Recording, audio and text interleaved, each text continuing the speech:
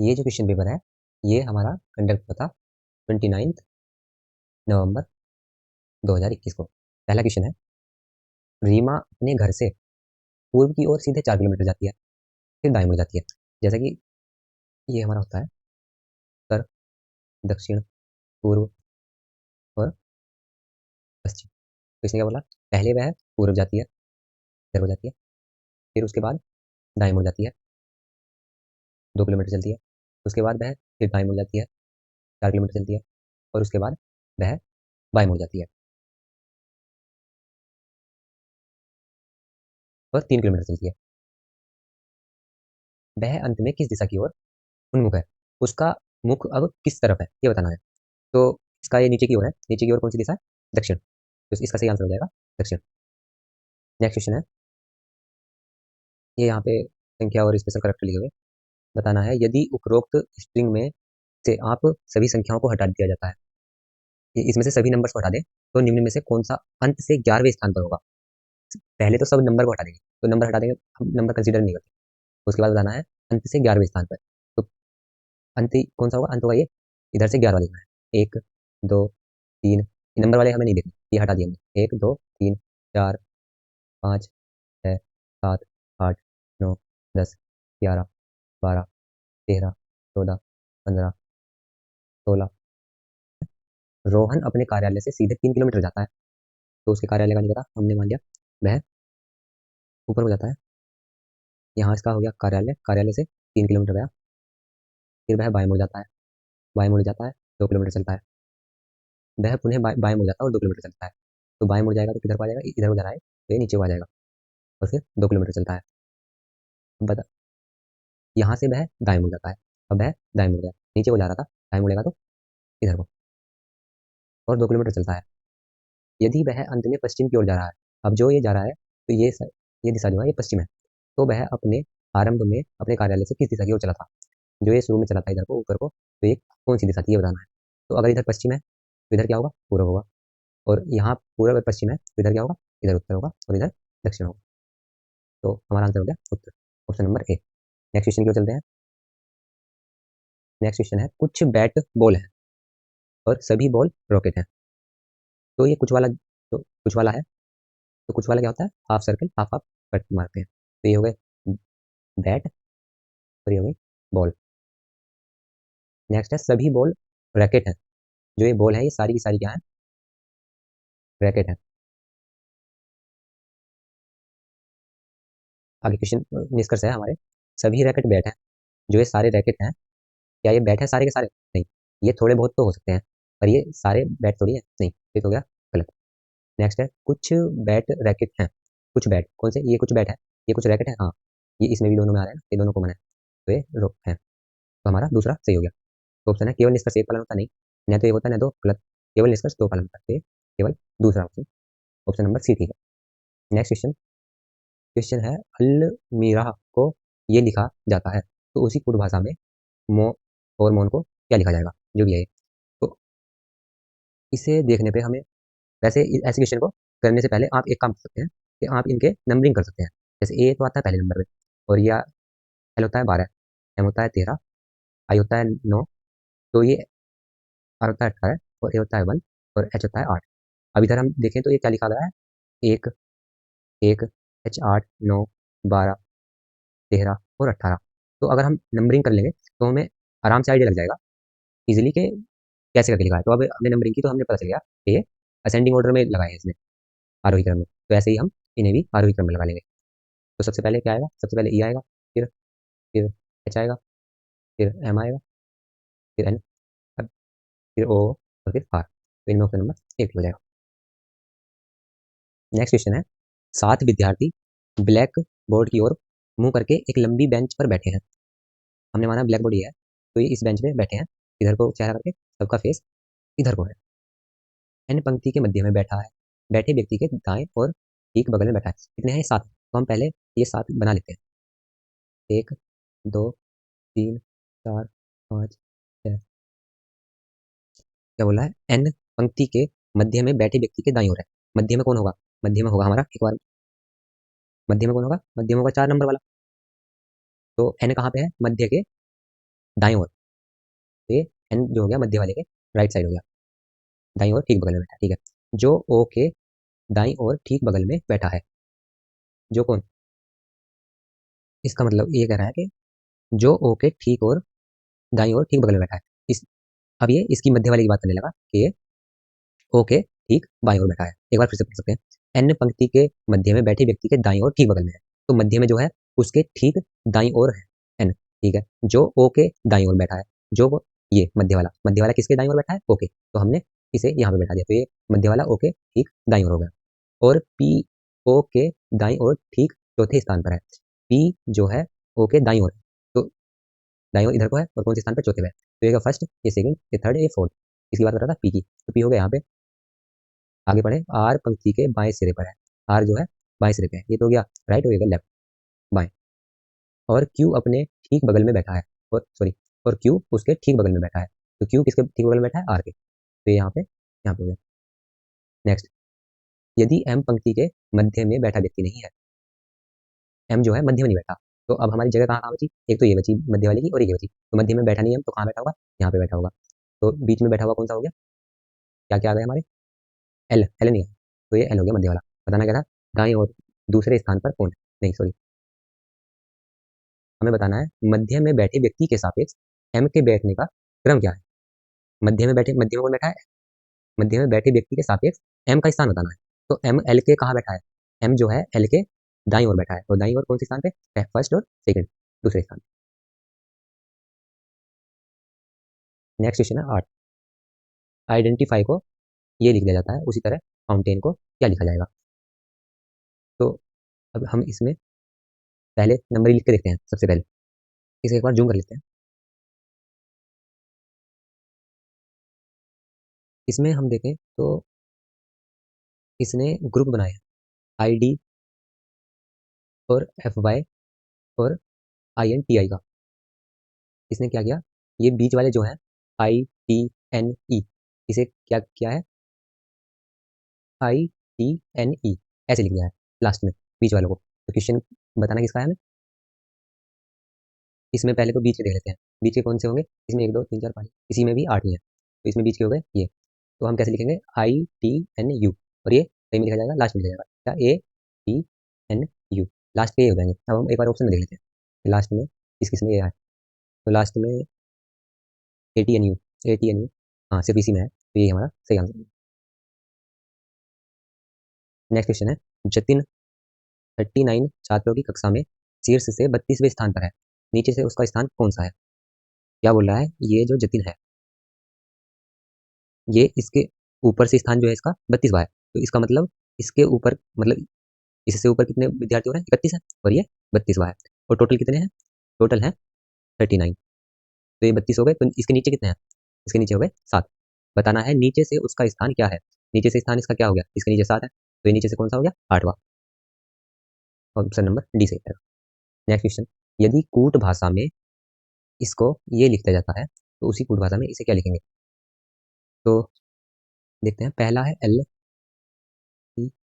ये है एक बार नंबरिंग कर देते हैं, 12 9 1 9 19, होगा कितना होता है, हाँ ये तो इसमें बढ़ाया हुआ है, एल का 2 बढ़ा दिया, एम एन, आई का भी 2 बढ़ा दिया, आई जे के, ऐसे ही ए का सी कर दिया, दो दो प्लस किया हुआ है, तो पी का हो जाएगा आर, तो इसमें तो क्यू है, इसमें क्यू है, तो आर वाले ये दोनों है, आर के बाद टी ई तक तो सेम है, ये देख लेते हैं चौथा वर्ड, चौथा क्या है, सी, सी का क्या हो जाएगा, ई, तो ये ई वाला ऑप्शन नंबर सी हो जाएगा। नेक्स्ट क्वेश्चन है, कुछ विद्यार्थियों की एक पंक्ति में गीतांजलि बाएं ओर से 24वें, एक पंक्ति है, तो इसमें गीतांजलि है कहीं, गीतांजलि, गीतांजलि बाएं से 24वें स्थान पर है, बायां कौन सा होता है, ये लेफ्ट साइड, लेफ्ट साइड से कौन से स्थान पर है, 24वें, तो इसके इधर लेफ्ट साइड में कितने हैं, 23 है, और दाईं ओर से 35वें स्थान पर है, दाईं ओर से देखें तो ये 35वें स्थान पर है, इसका मतलब इसके दाईं ओर कितने बैठे हैं, 34 बैठे हुए हैं। अब बताना है पंक्तियों में विद्यार्थियों की कुल संख्या कितनी है, तो कितनी है, इसके बाईं ओर 23 है, और इसके दाईं ओर 34 है, और एक ये गीतांजलि खुद है, तो कितने हो गए टोटल, 3 4 7 और 1 8, और ये 2 और 3 5, ऑप्शन नंबर डी ठीक होगा। नेक्स्ट क्वेश्चन को चलते हैं, नेक्स्ट क्वेश्चन है, ये कथन वाला आ गया, निष्कर्ष वाला, सभी बिल्लियां चूहे हैं, सभी, ये हो गया बिल्ली हो गई ये सभी बिल्ली सारी की सारी चूहे हैं, नेक्स्ट है कुछ चूहे कुत्ते हैं। ये कुछ चूहे कुत्ते हैं। अब इसमें दो तरीके से बना सकते हैं वैसे हम। एक तो ये हो गया, और एक तरीके से और बन सकता है। कैसे बन सकता है? सभी बिल्ली चूहे हैं और कुछ चूहे कुत्ते हैं। तो ये इसके क्रॉस भी कर सकता है, कर भी सकता है ये क्रॉस, और नहीं भी कर सकता। ये इसने क्लियर तो किया नहीं। तो पहले निष्कर्ष देखते हैं क्या क्या दिया हुआ। कुछ बिल्लियाँ कुत्ते हैं, कुछ बिल्लियाँ कुत्ते हैं, तो इसने बोला तो था नहीं, तो ये हो भी सकता है और नहीं भी हो सकता। तो ऐसे वाले को जो हो सकता है और नहीं भी हो सकता, तो उसे हम, अगर ऐसा कोई ऑप्शन दिया होगा कि हाँ ये हो भी सकता है और नहीं भी, तो वो सही मानेंगे। वरना अगर ऐसा कोई ऑप्शन नहीं दिया होगा तो इसे गलत में कंसिडर करेंगे। नेक्स्ट है कोई बिल्ली कुत्ता नहीं है। जो बिल्ली है वो कुत्ता नहीं है। तो ये क्या बिल्ली वाला कुत्ते से मिल रहा है? नहीं, इसमें तो नहीं मिल रहा है, तो इसके हिसाब से गलत है। और इसमें बिल्ली कुत्ता मिल रहा है, तो ये भी इसमें गलत बैठ रहा है और इसमें सही बैठ रहा है। पहले में गलत बैठ रहा है, दूसरे में सही। तो जिसमें एक सही बैठता है और एक गलत बैठता है, तो उसे हम गलत में कंसिडर करते हैं। तो ये दोनों ही गलत हो जाएंगे। न तो निष्कर्ष एक और न ही दो पालन करता है। तो इसका ऑप्शन नंबर ये सी डी हो जाएगा। ये ऐसे वाले, ऐसे क्वेश्चन बहुत पूछता है डीएसएस में। इसमें दो तरीके से डायग्राम बना सकते हैं हम, और अगर इसमें एक सही एक के हिसाब से और एक इसके हिसाब से गलत बैठता है, तो उसे हम गलत में ही कंसिडर करते हैं। नेक्स्ट, भाग को प्लस में बदल दिया जाता है और गुणा को माइनस में बदल दिया जाता है, तो निम्न में से कौन सा सही होगा? तो ऐसे क्वेश्चन को करने के लिए हमें क्या करना होता है, हम भाग वाले पे फोकस करते हैं, क्योंकि जिसमें डिवाइड हो जाएगा तो वही ऑप्शन सही होने के चांस है। अगर डिवाइड ही नहीं हुआ तो वो हमारा कैलकुलेट ही नहीं होगा। तो इसलिए भाग भाग वाले को देखते हैं। तो भाग को प्लस में बदल देते हैं। तो पहले हम मार्क चेंज कर लेते हैं। प्लस को भाग कर देंगे, जहां जहां पे भी प्लस होगा वहां पे भाग कर देंगे। तो ये प्लस था, इसकी जगह भाग कर लिख दिया। तो 8 छंग 48, तो ये डिवाइड हो गया इससे, तो ये हो सकता है। अब देखते हैं प्लस कहाँ है, यहाँ पे प्लस है, तो यहाँ भाग कर देंगे। तो 7 को 11 से भाग नहीं जा सकती, तो ये ऑप्शन तो नहीं होगा। फिर नेक्स्ट करते हैं, ये प्लस को फिर यहाँ पे भाग कर देंगे, तो यहाँ पे भी 8 छंग 48 भाग जा सकती है, इसके होने के भी चांस है। और लास्ट वाले में अगर देखें तो यहाँ पे भी प्लस है, तो यहाँ पे भाग हो जाएगा, तो इसके होने के भी चांस है। अब हमें करना ही पड़ेगा। अब सारे मार्क को चेंज करते हैं। 9 मल्टीप्लाई को क्या कर देंगे, -48, और प्लस को कर देंगे भाग 8, माइनस को कर देंगे गुणा 7, और भाग को कर देंगे प्लस 11। तो ये कितना है, 8 छः 48, 6 गुणा 7 प्लस 11, 6 सत्ते 42, 42, और ये तो माइनस का 42 हुआ, 9 प्लस 11, तो ये तो माइनस में आएगा, तो ये तो है नहीं। फिर ये तो हमारा गलत हो ही गया था, क्योंकि इसमें भागी नहीं जा रही है। यहाँ पे प्लस की जगह हमने भाग किया था, तो 11 से 7 डिवाइड नहीं होगा। अब इसे करते हैं, 9 भाग को कर देंगे प्लस 48, प्लस को भाग, माइनस की जगह गुणा 7, और गुणा की जगह -11। तो 8 छः 48, 6 और 6 सत्ते 42, -11, ये -11 है और प्लस का 9 है, तो -2 बचा, तो ये 40 आ गया। तो ये हमारा ऑप्शन सही हो जाएगा। नेक्स्ट क्वेश्चन है, यदि भाग का अर्थ घटाना हो, मतलब भाग की जगह माइनस हो और माइनस का अर्थ गुणा हो,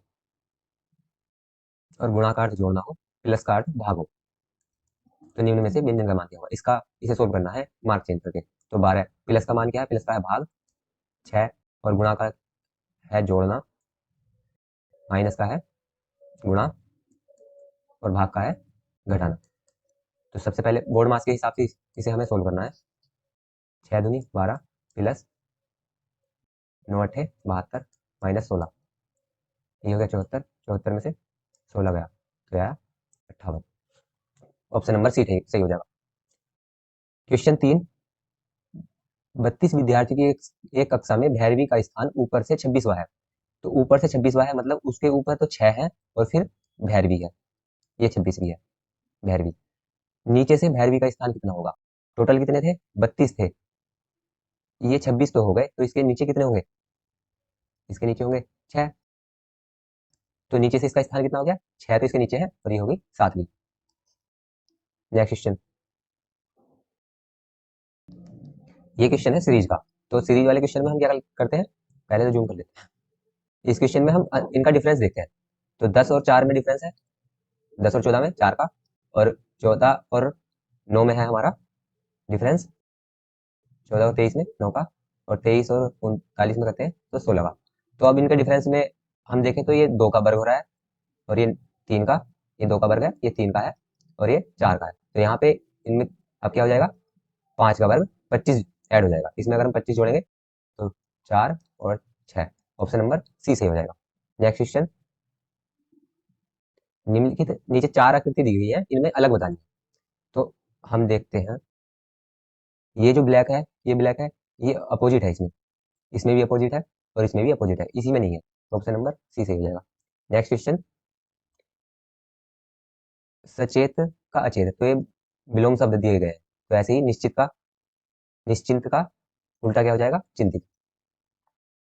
नेक्स्ट क्वेश्चन, दर्पण का प्रतिबिंब बताना है। ये एक दर्पण है यहाँ पे, तो इसका प्रतिबिंब क्या होगा? तो सबसे पहले ये आर जो है ये यहाँ पे आ जाएगा ऐसे। तो इन दोनों में दिया गया था, ये तो गलत हो गए दोनों। आप देख लेंगे, आर के बाद है ओ टी ए, फिर क्या है? आर। तो ये वाला ऑप्शन हमारा ऑप्शन नंबर बी ठीक हो जाए। नेक्स्ट क्वेश्चन, खरगोश, छलांग, उल्लू क्या होता है? तो उल्लू क्या होता है? स्टर्ड, स्टर्ट नहीं, उड़ना, झपट्टा मारना, मंडराना। तो हाँ, उल्लू मंडराता है।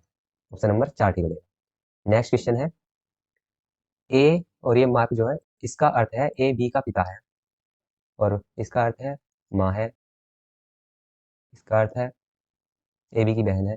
तो इनमें हमें ये सोल्व करना है। तो हम इसे सोल्व करते हैं डायरेक्ट। ओ हैशटैग का अर्थ है ए बी की माँ है। तो ये जो पहला वाली, जहाँ पे भी ये हैशटैग का मार्क है, उसमें पहली वाली माँ है, ए बी की माँ है। तो ऐसे ही ओ जो है माँ है, किसकी माँ है? पी की। ओ है पी की माँ। फिर ये डॉलर वाला मार्क देखते हैं, डॉलर का तो नहीं है। इसका अर्थ है ए बी का पिता है, ये तो माँ थी, तो इसको माइनस मार देता हूँ जेंडर का पता करने के लिए। फिर बोला है इसने ए बी का पिता है, तो ये पी पिता हो जाएगा किसका? क्यू का। नेक्स्ट है परसेंट का मार्क। परसेंट का मार्क क्या है? ए बी की बहन है, तो ये क्यू बहन हो गई किसकी? बहन वाले को हम बराबर में लिखते हैं आर की। तो ये हो गया हमारा। इसमें बताना क्या है? ओ का आर से संबंध बताना है, ओ का आर से संबंध बताना है। तो कितनी पीढ़ी का अंतर हो गया? इनमें हो गया 1 और 2 पीढ़ी का अंतर हो गया। तो पोती वाला हो सकता है, दादी वाला हो सकता है, माँ वाला तो है नहीं। आंकड़े तो अपर्याप्त, देखते हैं आंकड़े अपर्याप्त है या नहीं है। तो ये क्या हो गया? ये दोनों भाई बहन थे, ये इनके पिता थे, और पिता की मम्मी ये माँ थी। तो पिता की मम्मी दादी। तो ऑप्शन नंबर बी ठीक होगा। नेक्स्ट क्वेश्चन, 4 शब्द दिए गए हैं, असंगत बताना है, डिफरेंट बताना है। लीची, तरबूज, कटहल, पपीता। तो ये लीची और कटहल और पपीता तो पेड़ पे ऊपर लगते हैं, और ये तरबूज बेल पर लगता है। नेक्स्ट क्वेश्चन की ओर चलते हैं। नेक्स्ट क्वेश्चन, इसमें डिफरेंट बताना है हमें।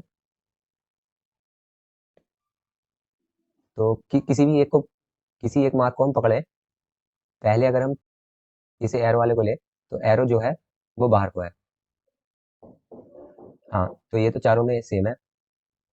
नेक्स्ट देखते हैं, एरो के बाद सर्किल है, सर्किल के बाद त्रिभुज है, और त्रिभुज के बाद ये आयत है। तो इसमें भी सेम है, इसमें इसमें भी सेम है। इसमें देखें,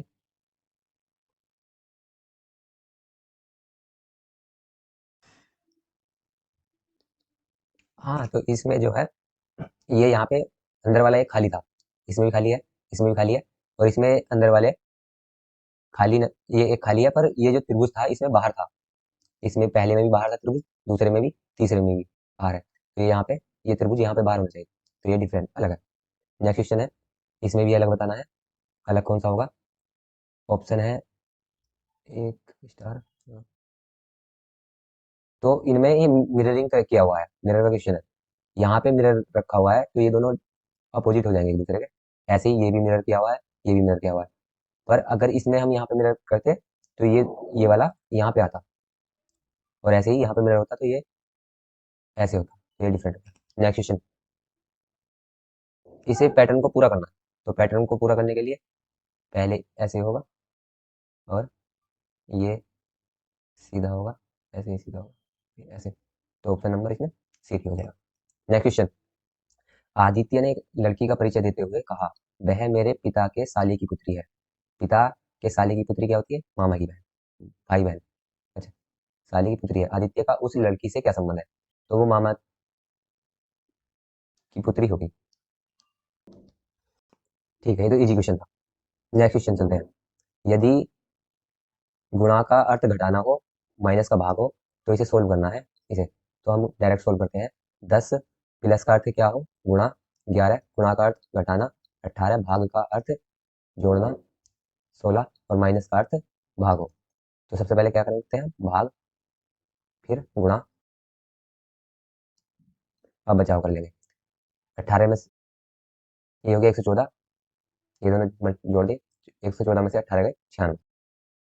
नेक्स्ट क्वेश्चन, नेक्स्ट क्वेश्चन ये सीरीज वाला है, तो इसमें सीरीज वाले हर क्वेश्चन में हम पहले क्या करते हैं, पहले इनमें डिफरेंस देख लेंगे कितना कितना।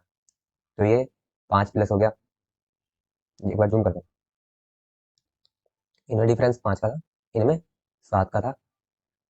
तो ये देखें तो ये सीरीज बनी है, 5 के बाद 7 का, 7 के बाद क्या होना चाहिए, 9 का होना चाहिए। तो 9 जोड़ देंगे तो 28, ऐसे ही 9 के बाद जुड़ेगा 11, तो 28 और 11 39। ठीक है, नेक्स्ट क्वेश्चन की ओर चलते हैं। इसे सीरीज को पूरा करना है, तो सीरीज को हम देखें तो पहले जो सीधी लाइन है ये पीछे चली गई, फिर आगे आ गई, तो फिर पीछे चली जाएगी। तो ये तो सेम ही है सभी में, हमें तीर का देखना होगा। इसमें जो ये तीर था ये नीचे को था, इसमें ऊपर को था। ये पहले तो इस लाइन में था तीर, फिर ये इसमें चला गया, अभी इसमें है तो ये भी इसमें चला जाएगा। साथ साथ में आप भी करते रहिए। इसमें ये तो सेम ही है, ये तो पीछे दिया हुआ है सभी में, तो हमें देखना होगा इसका। तो इसमें पहले तो नीचे को मुंह खुला हुआ था, फिर ऊपर को, अब नीचे को है तो अब ऊपर को होना चाहिए। तो ये नीचे है, ये तो गलत हो गया। और चौथा, ये भी नीचे है, ये भी गलत हो गया। अब हमारे बचे ए और सी। ए और सी में अब हम ये एरो वाला देख लेते हैं कैसे होना चाहिए एरो। तो पहले फर्स्ट में नीचे था, फिर ऊपर, इसमें ऊपर है तो इसके नीचे होगा, तो इसमें ऊपर था, ये भी गलत हो गया। तो ऑप्शन बचा सी। नेक्स्ट क्वेश्चन की ओर चलते हैं। नेक्स्ट क्वेश्चन, इसे इसमें भी सीरीज को पूरा करना है। इसमें क्या किया, त्रिभुज को तो यहाँ किया, तो ऐसे ही हम इसे क्या कर देंगे,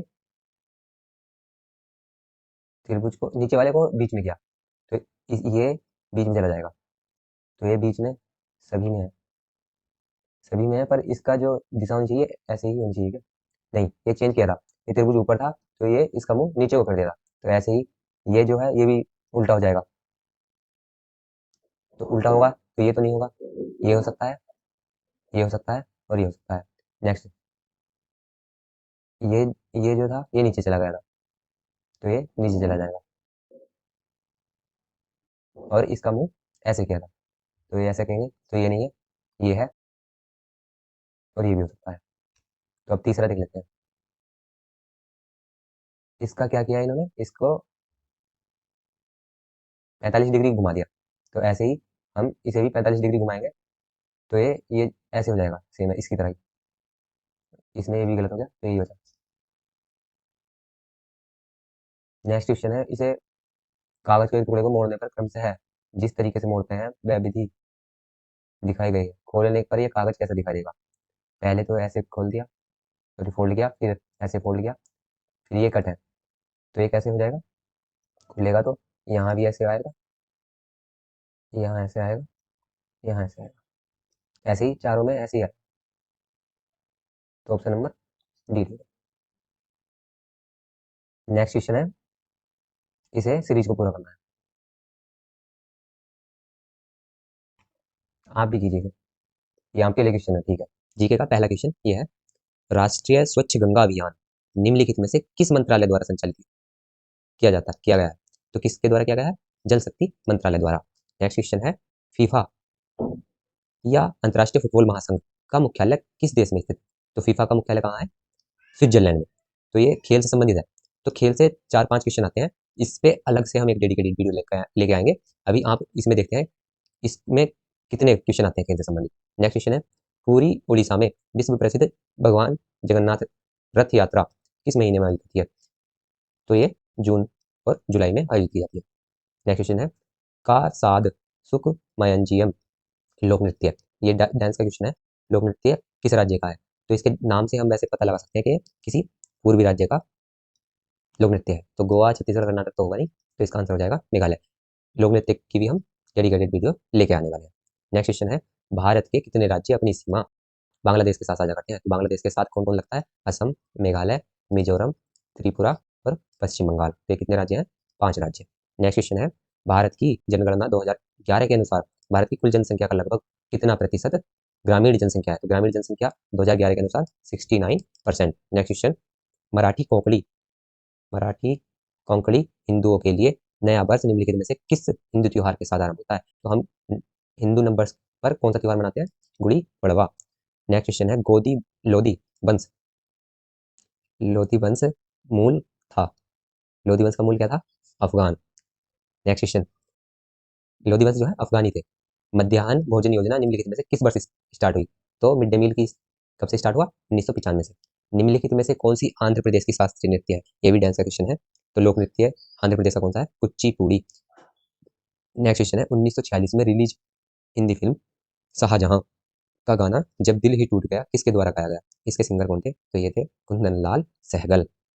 नेक्स्ट क्वेश्चन है, कुष्ठ रोगियों के उपचार, पुनर्वास और सशक्तिकरण के लिए स्थापित आश्रम आनंदवन का संस्थापक कौन था? आनंदवन किसने स्थापित किया था? बाबा आमटे ने। नेक्स्ट क्वेश्चन, 1982 में भारत द्वारा आयोजित एशियाई खेलों के शुभंकर का क्या नाम था? ये भी खेल से संबंधित क्वेश्चन है, तो दो तो हो गए। तो 1982 में जो हुआ था उसका शुभंकर, मस्कट क्या था? अप्पू था। नेक्स्ट क्वेश्चन, अगस्त 21 में कौन से राज्य के मुख्यमंत्री ने घोषणा की कि राज्य द्वारा अतिरिक्त एक्स्ट्रा 10 साल के लिए भारतीय पुरुष और महिला हॉकी टीम को प्रायोजित किया जाएगा? 10 साल के लिए और किस किस राज्य सरकार ने स्पॉन्सर किया है हॉकी टीम को, भारतीय हॉकी टीम को? तो ये क्या है? ये क्या है? ओडिशा के मुख्यमंत्री जी ने, श्री नवीन पटनायक जी ने। नेक्स्ट है, कौन एक प्रसिद्ध बंदा नवाजी कव्वाल है? बंदा नवाजी कव्वाल कौन है हमारे? अतीक हुसैन खान। ये स्टैटिक जीके के भी हम topic wise video, dedicated video लाने वाले हैं। नेक्स्ट क्वेश्चन है, भारत के अल्पसंख्यक कार्य मंत्रालय मंत्री के केंद्रीय मंत्री रहे हैं कौन? भारत के अल्पसंख्यक कार्य मंत्रालय के केंद्रीय मंत्री रहे हैं, तो ये हमारे मुख्तार अब्बास नकवी जी रहे हैं। नेक्स्ट क्वेश्चन है, बिंदुसार मौर्य के पिता कौन थे? बिंदुसार के पिता कौन थे? चंद्रगुप्त मौर्य।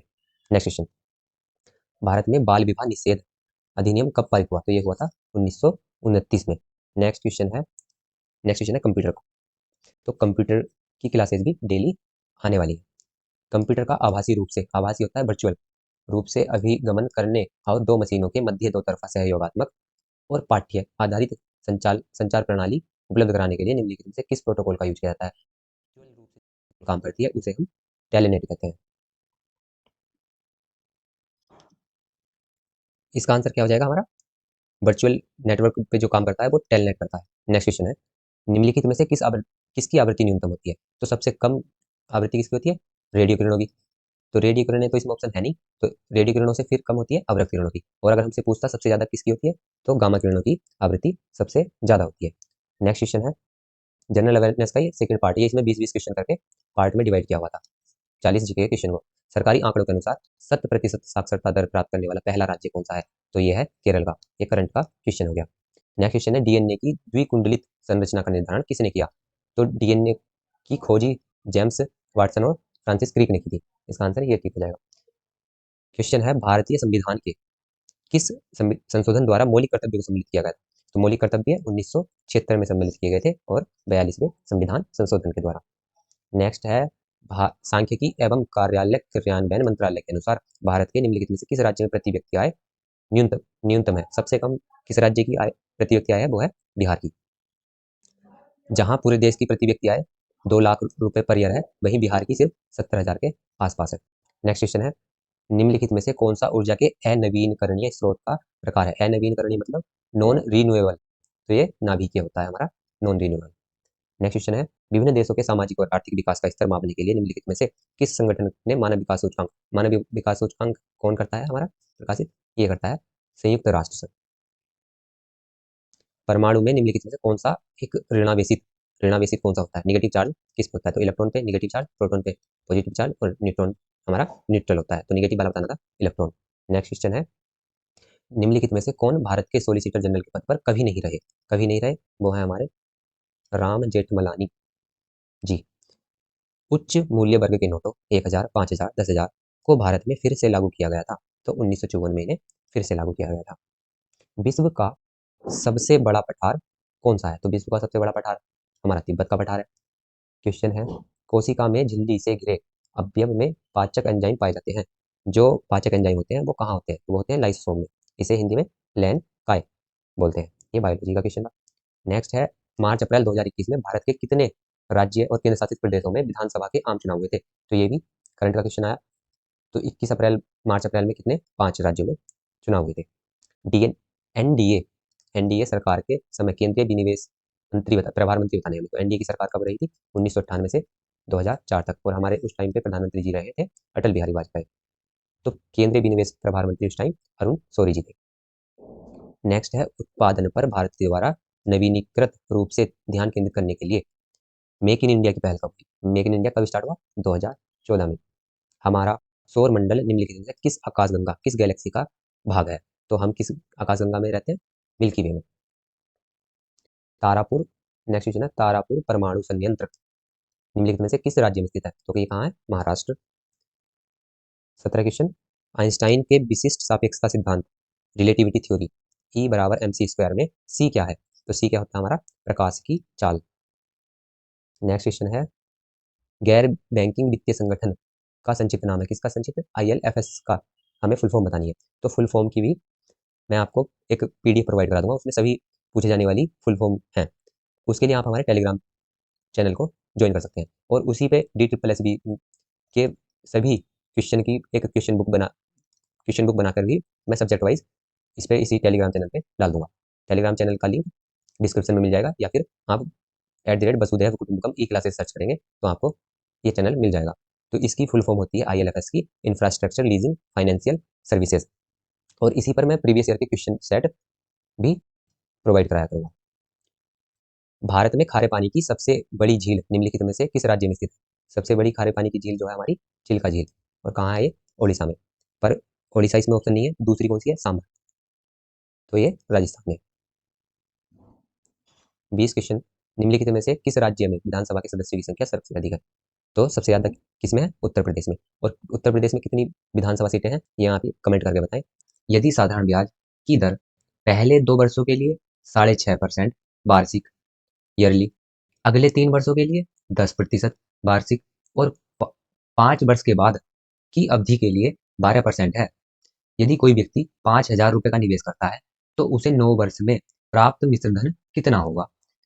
5,000 रुपए लगाए किसी ने और वो उसके 9 साल के बाद कितने हो जाएंगे ये बताना है हमें। 9 वर्ष के बाद कितने रुपए उसके हो जाएंगे। तो चलिए स्टार्ट करते हैं। पहले 2 वर्षों के लिए 6.5, देखो एक पहले 2 वर्षों के लिए मतलब 1 वर्ष के लिए 6.5% और 2 वर्षों के लिए मैं निकालूंगा 2 वर्षों के लिए। तो 2 वर्षों के लिए कितना हो जाएगा? 6.5 गुणा 2 या 6.5 प्लस 6.5 है ना। तो ये हो गया 13%। 2 सालों का ब्याज कितना हो जाएगा उसका? 13%। आगे बोला अगले 3 वर्षों के लिए 10% वार्षिक है, मतलब अगले 3 वर्षों के लिए 10 10 10 है। तो अगले 3 वर्षों का कितना हो जाएगा? पहले 2 वर्षों का हो गया 13%, अगले 3 वर्षों का कितना हो जाएगा? 1 साल का 10% है तो 3 ढाई 30% हो गया अगले 3 सालों का। अभी कितने साल हो गए? 5 साल हो गए। अब वो बोल रहा है 5 वर्ष के बाद 12% लगता है और कितने वर्ष का चाहिए हमें? 9 वर्ष का। तो 5 के बाद 9 साल होने के लिए कितने साल बचे? 4 साल बचे ना। और 5 वर्ष के बाद कितना परसेंट ब्याज है? 12%। तो कितना हो गया टोटल? 12 चुक 48%, 4 वर्ष का। अभी कितना टोटल कितना उसे ब्याज मिलेगा परसेंट में जोड़ देता हूँ। 8 और 3 11, हासिल लगा 1, 4 3 7 और 1 8 और 1 हासिल था 9। तो 91% उसे ब्याज मिल गया कितने साल में? 9 वर्ष में। तो उसका धन कितना था? 5,000 था। ये अब कितना हो गया? तो 91% बढ़ गया। तो कितना परसेंट हो जाएगा? पहले जो भी कोई भी संख्या होती है तो वो 100% होती है और 91% बढ़ गई तो कितना परसेंट? 100 प्लस 91 हो गई ना। तो 5,000 का 191% होगी। और परसेंट निकालने के लिए बटे में 100 लिखूंगा। 2 जीरो से 2 जीरो गए, इनकी 50 की और 191 गुणा करूंगा। 5 का 5, 5 में 45 का 5 हासिल लगे 4, 5 ना 5 और 4 9 और 0 का 0। तो कितना आया? 9,550। ऑप्शन नंबर 1 ठीक होगा। अगर क्वेश्चन समझ नहीं आया तो वीडियो को बैक करके देख लेना और किसी को स्लो लग रहा हो तो स्पीड बढ़ा के देख सकते हैं। नेक्स्ट क्वेश्चन है दो संख्याओं का योग 306 है और उनका महत्तम समावर्तक हाईएस्ट कॉमन फैक्टर जो है 18 है। यदि दूसरी संख्या पहली संख्या से बड़ी है, दूसरी वाली संख्या बड़ी है, तो ऐसी संख्याओं के कितने युग्म हो सकते हैं? ऐसी कितनी संख्याएं हो सकती हैं वो बतानी है कि दूसरी बड़ी रहनी चाहिए पहली वाली संख्या से। तो जब हम एलसीएम और एचसीएफ का चैप्टर पढ़ेंगे तो उसमें एक बार अच्छे से पढ़ेंगे, पर जिसने पढ़ा हुआ होगा पहले उसे पता होगा कि जब एचसीएफ दिया होता है हमारा महत्तम समावर्तक में से, तो हम संख्याओं को कैसे मानते हैं? एक संख्या को 18 ए मानेंगे और दूसरी संख्या को 18b मानते हैं। ये इसलिए मानते हैं क्योंकि ये होता है common factor, highest common factor होता है ना, तो ये कॉमन है तो दोनों में ही होना चाहिए ना, 18 पहली संख्या में होना चाहिए और दूसरी संख्या में भी। तो अगर में से हमें कभी भी दिया हो तो हम में से के साथ ही संख्याओं को मानते हैं क्योंकि ये कॉमन फैक्टर होता है। ठीक है, नेक्स्ट पढ़ते हैं। पहली संख्या मैंने 18a मान ली और दूसरी 18b मान ली। उसने दिया हुआ है दोनों संख्याओं का योग 306 है। ये दो संख्या हो गई, इन दोनों का जोड़ 18a और 18b दोनों का योग 306 है। देखो ये 18 इसमें भी है, इसमें भी कॉमन ले सकता हूँ मैं। a plus B is equal to कितना हो गया 306। ए प्लस बी की वैल्यू पता करनी हो मुझे तो 18 को इधर लेके जाऊंगा, इधर इनके बीच में कोई मार्ग नहीं तो गुणा का है, इधर लेके जाऊंगा तो भाग में। अब 18 से भाग दूंगा तो 18 दूनी 36 से ज्यादा हो जाएगा, 18 का 18 बचा कितना 12, 126, 18 सत्ते 126। तो ए प्लस बी इजिकल टू कितना आ गया 17 आ गया। जो बे दो संख्याएं होंगी उनके जो ये ए प्लस बी जो को प्राइम नंबर होंगे उनके सहअभाज्य गुणनखंड कहते हैं इन्हें, जो मैथ एचसीएफ के अलग जो बचते हैं, तो इनका योग 17 होगा। अब बताना क्या है, ये ऐसी कितनी संख्याएं हो सकती हैं कि बी बड़ा है, ये बोल रहा था ना उसने, दूसरी संख्या पहली संख्या से बड़ी होनी चाहिए और योग कितना होना चाहिए, योग पता है हमें 17 आएगा। तो देखो स्टार्ट से लिखते हैं हम, अगर ए 1 होगा तो बी कितना होगा 16, 1 और 16 17 है ना, दोनों का योग, ये तो है ए प्लस बी 17। और अगर ए 2 होगा तो ये कितना होगा 15। ऐसे ही अगर ए, ये ए है ये बी है, ये ए 3 होगा तो 14 होगा, 4 होगा तो 13, 5 होगा तो 12, 6 होगा तो 11, 7 होगा तो 10 और 8 होगा तो 9। अब ये ए 9 होगा तो ये कितना हो जाएगा बी 8 हो जाएगा। पर देखो उसने बोला था कि दूसरी संख्या पहली से बड़ी होनी चाहिए, पर इसमें दूसरी संख्या तो छोटी होगी पहली से, तो ये तो हम लेंगे नहीं। कहाँ तक लेंगे हम, जहां तक ये बी की वैल्यू बड़ी थी, तो यहाँ तक लेंगे। ये कितनी संख्या होगी ये बताऊँ था मैं, 1 2 3 4 5 6 7 8। ऑप्शन नंबर इसका सी डी हो जाएगा। देखो ये समझाने की वजह से इतना लंबा किया मैंने। अगर मुझे निकालना होता बी की वैल्यू जो बड़ा होगा तो मैं इसमें से एक माइनस करके सिर्फ 2 से भाग देता, तो 17 में से एक गया 16 बटे 2 तो 8 आ जाता। पर ये आ तभी जाता जब हमें पता हो कि वैल्यू निकलती कैसे। चलो नेक्स्ट क्वेश्चन पे चलते हैं, अगर समझ नहीं आया होगा तो एक बार वापस करके देख लेते हैं। नेक्स्ट क्वेश्चन है, ये दिया हुआ है, इसमें एक्स वाई थ्री की वैल्यू पता करनी है। देखो पहले तो हमें एक्स की वैल्यू पता होनी चाहिए, एक्स की वैल्यू पता होगी तो हम एक्स वाई थ्री की वैल्यू भी बता सकते हैं। तो चलो स्टार्ट करते हैं। देखो ये जो इसमें वर्गमूल में दिया हुआ है, ये पॉइंट में दिया हुआ है, पर अब ये किस किस का वर्ग होता है ये पता हो तो जल्दी आसानी से हो जाएगा ना, ठीक सोल्व। ये 12.96 है, और 1296 वैसे होता किसका है, 36 का वर्गमूल होता है ना, तो 1296 बाहर आएगा तो 36, और दो के पहले पॉइंट था, बाहर आएगा तो एक पॉइंट लगेगा। अब देखो एक वीडियो में बनाऊंगा वर्ग वर्ग और वर्गमूल की, उसमें हम कैसे 2 4 5 सेकंड में, 2 से 5 सेकंड में वर्ग और वर्गमूल निकाल सकते हैं ये बताऊंगा। देखो ऐसे होता है, 1296 है, इसके जोड़े बनाते हैं हम, और लास्ट का 6 है तो लास्ट में 6 6 के में आएगा, और यहाँ जो बचा हुआ है इसमें हम वर्ग का पहाड़ा करते हैं। एक ही का ना, एक एक का वर्ग एक, दो का 4, 3 का 9, 4 का 16, तो ये कितना था 12 था, ये 16 ज्यादा हो गया, तो ये कितना आया 3 का ही आया। चलो उस वीडियो में बात करेंगे, इसके लिए अभी करते हैं। ये 3.6 बटे में एक्स है इजिकल टू एक्स बटे में इसके, देखो ये जो है 50 625, इसका जोड़ा बनाऊंगा 25 का, और यहाँ बनेगा ये बाकी का एक जोड़ा बनेगा, तो 25 है, लास्ट में 5 है तो ये किसका आएगा 5, और ऐसे ही इसका पहाड़ा पढ़ूंगा तो 22 का होता है 487, और 23 का होता है 529, तो ये 22 का आएगा। और कितने के पहले पॉइंट था, 1 2 3 4 5 6, यहाँ पे कितने के पहले लगेगा 1 2 3 के पहले। एक्स की वैल्यू पता करनी है, क्रॉस मल्टीप्लाई होगी, एक्स की एक्स से गुणा हुई तो एक्स स्क्वायर हुआ इजिकल टू 3.6 गुणा 0.225। अब मुझे एक्स की वैल्यू पता करनी है, तो ये स्क्वायर में जो है इधर लेके जाऊंगा, और इधर स्क्वायर में है, इधर जाके वर्गमूल में हो जाएगा, ऐसे हो जाएगा। जब मैं एक्स की वैल्यू पता करूंगा तब ये ऐसे हो जाएगा, इधर का वर्ग इधर वर्गमूल में आ जाएगा। चलो इसका मैं पॉइंट हटा देता हूँ, कि ये पॉइंट हटाऊंगा बटे में 10, ये पॉइंट हटाऊंगा बटे में 3 जीरो, 1 2 3, और ये भी वर्गमूल में होगा ना। 36 किसका वर्ग होता है 6 का, और 225 होता है 15 का, और ये कितने जीरो में बटे में 1 2 3 4, बाहर निकले कितना आएंगे 2, तो इतना आया 15 छक्का 15 छक्का 90, 15 छक्का 90 बटे में 2 जीरो है।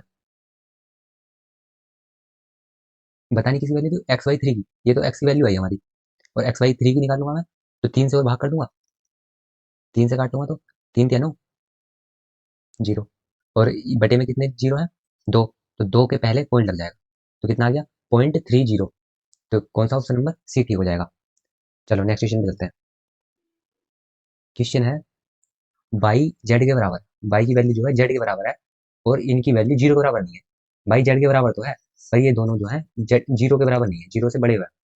तो दिए गए समीकरण में एक्स का उच्चतम मान क्या होगा, मैक्सिमम वैल्यू फाइंड आउट करनी है एक्स की।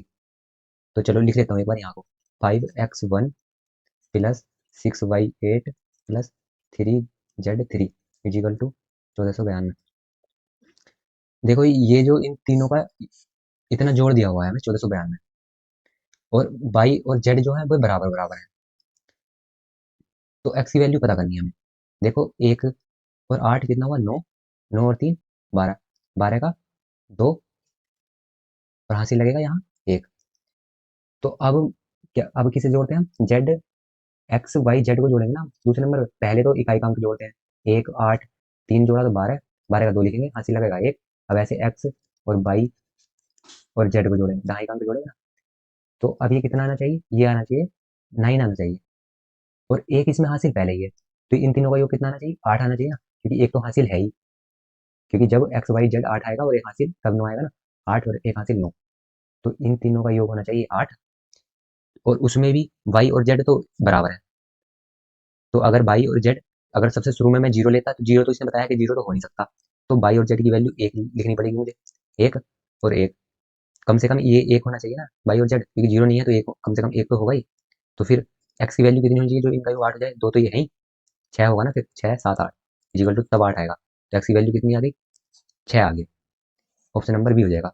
और देखो और कुछ भी लिखेंगे यहाँ पे वाई और जेड का, जीरो तो लिख नहीं सकते थे, एक लिखा तभी हो गया वैसे सोल्व। दो लिखेंगे तो 2 और 2 4, और यहाँ पे क्या जोड़ूंगा मैं, चार। चार ऑप्शन है नहीं, ऑप्शन नंबर बी ठीक होगा। नेक्स्ट क्वेश्चन पे चलते हैं। वह छोटी से छोटी संख्या ज्ञात कीजिए जो 10 7 और 28 से विभाज्य है और एक पूर्ण वर्ग है। तो देखो अगर हमें सबसे छोटी से छोटी संख्या बतानी होती है तो हम क्या लेते हैं, एलसीएम लेते हैं ना, लीस्ट कॉमन फैक्टर। तो सबसे पहले इसके हम क्या कर लेंगे, टुकड़े कर लेंगे। 10 को क्या लिख सकता हूँ मैं, 2 पंजे 10। 7 को तो सिर्फ 7 ही लिख सकता हूँ, और 28 को लिख सकता हूँ मैं 7 चौक 28, तो 7 गुणा 2 गुणा 2। अब इसका एलसीएम लेना हो तो मुझे 2 आ गया, गुणा 5 एक ही है 5 लिख दिया, 7 लिख दिया, बाकी क्या बचा, 2 बचा, 2 लिख दिया।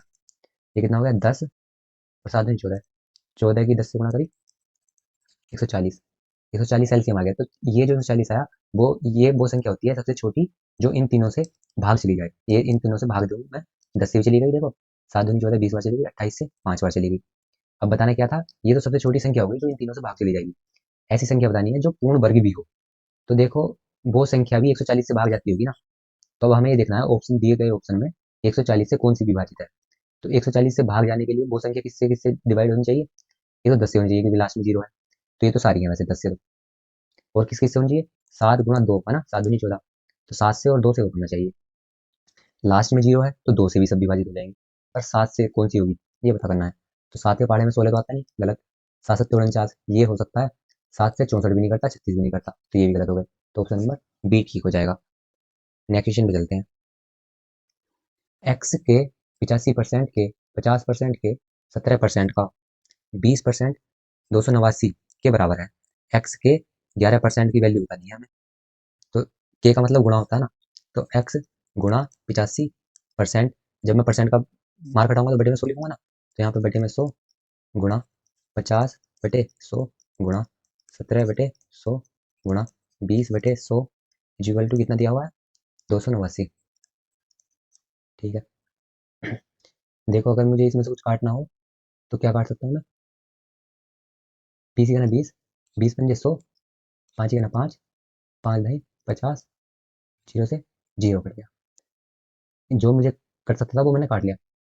अब चलो ये भी कट जाएगा शायद 17 से, 17 का ना 17, बचा कितना 11, 17 सत्ते 119। ये 17 का हाँ वर्ग होता है ना, और 17 का ना 17, 17 पंजे 85, और 5 का ना 5, 5 दूनी 10। तो कितना बचा, ऊपर तो सब एक एक हो गया, यहाँ भी एक हो गया, बटे में बचा वैसे ही। तो एक्स की वैल्यू पता करनी हो मुझे, तो इधर तो एक है, अब एक गुणा ये नीचे वाले ऊपर चले जाएंगे, तो 100 गुणा 100 गुणा ये 2। अब ये एक्स की वैल्यू आ गई थी, बताना कितना है, एक्स का 11%, ये तो इतना एक्स है, और इसका का मतलब गुणा 11% निकालना है, तो 11/100, 2 जीरो से 2 जीरो गए, 11 दूनी 22, 22 के 200 से गुणा करेंगे तो 2200। तो ऑप्शन नंबर सी ठीक हो जाएगा। अगर समझ नहीं आया हो तो वीडियो वापस करके देख लेना। नेक्स्ट क्वेश्चन है, ये दिया गया है एक्स वाई टेन की वैल्यू पता करनी है, तो पहले तो एक्स की वैल्यू पता होनी चाहिए हमें।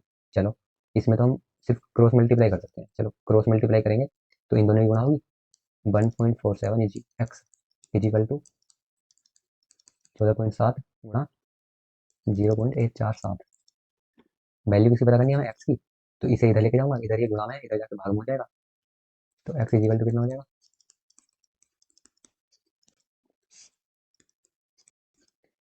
देखो यहाँ पॉइंट दो के पहले है तो 2 जीरो लगा दूंगा ऊपर, यहाँ 3 के पहले है तो बटे में 3 जीरो लगा दूंगा, यहाँ पे 1 के पहले है तो 1 जीरो लगा दूंगा।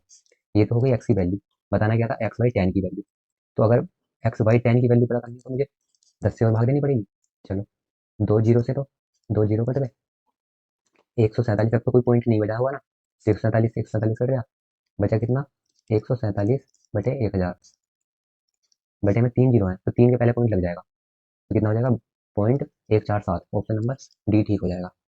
नेक्स्ट क्वेश्चन में चलते हैं। क्वेश्चन है, एक व्यक्ति ने एक ऋण को चुकाने के लिए ब्याज सहित 12,800 रुपये का भुगतान किया, जो उसने 5 वर्ष पहले 12% वार्षिक साधारण ब्याज की दर पर लिया था। साधारण ब्याज का सवाल है। इस ऋण पर चुकाए गए साधारण ब्याज की राशि ज्ञात करो। कितना उसने साधारण ब्याज दिया, ये बताना है। देखो, 5 साल के लिए तो उसने लिया था, और 1 साल का ब्याज कितना था, 12%। 1 साल का कितना ब्याज है, 12%। तो 5 साल में कितना हो जाएगा ये ब्याज उसका, 5 गुणा 12%, तो कितना, 60% हो गया ना। 5 साल का कितना हो गया, 1 साल का 12% था तो 5 साल का निकालूंगा, 12×5 = 60, 60% ब्याज दिया उसने।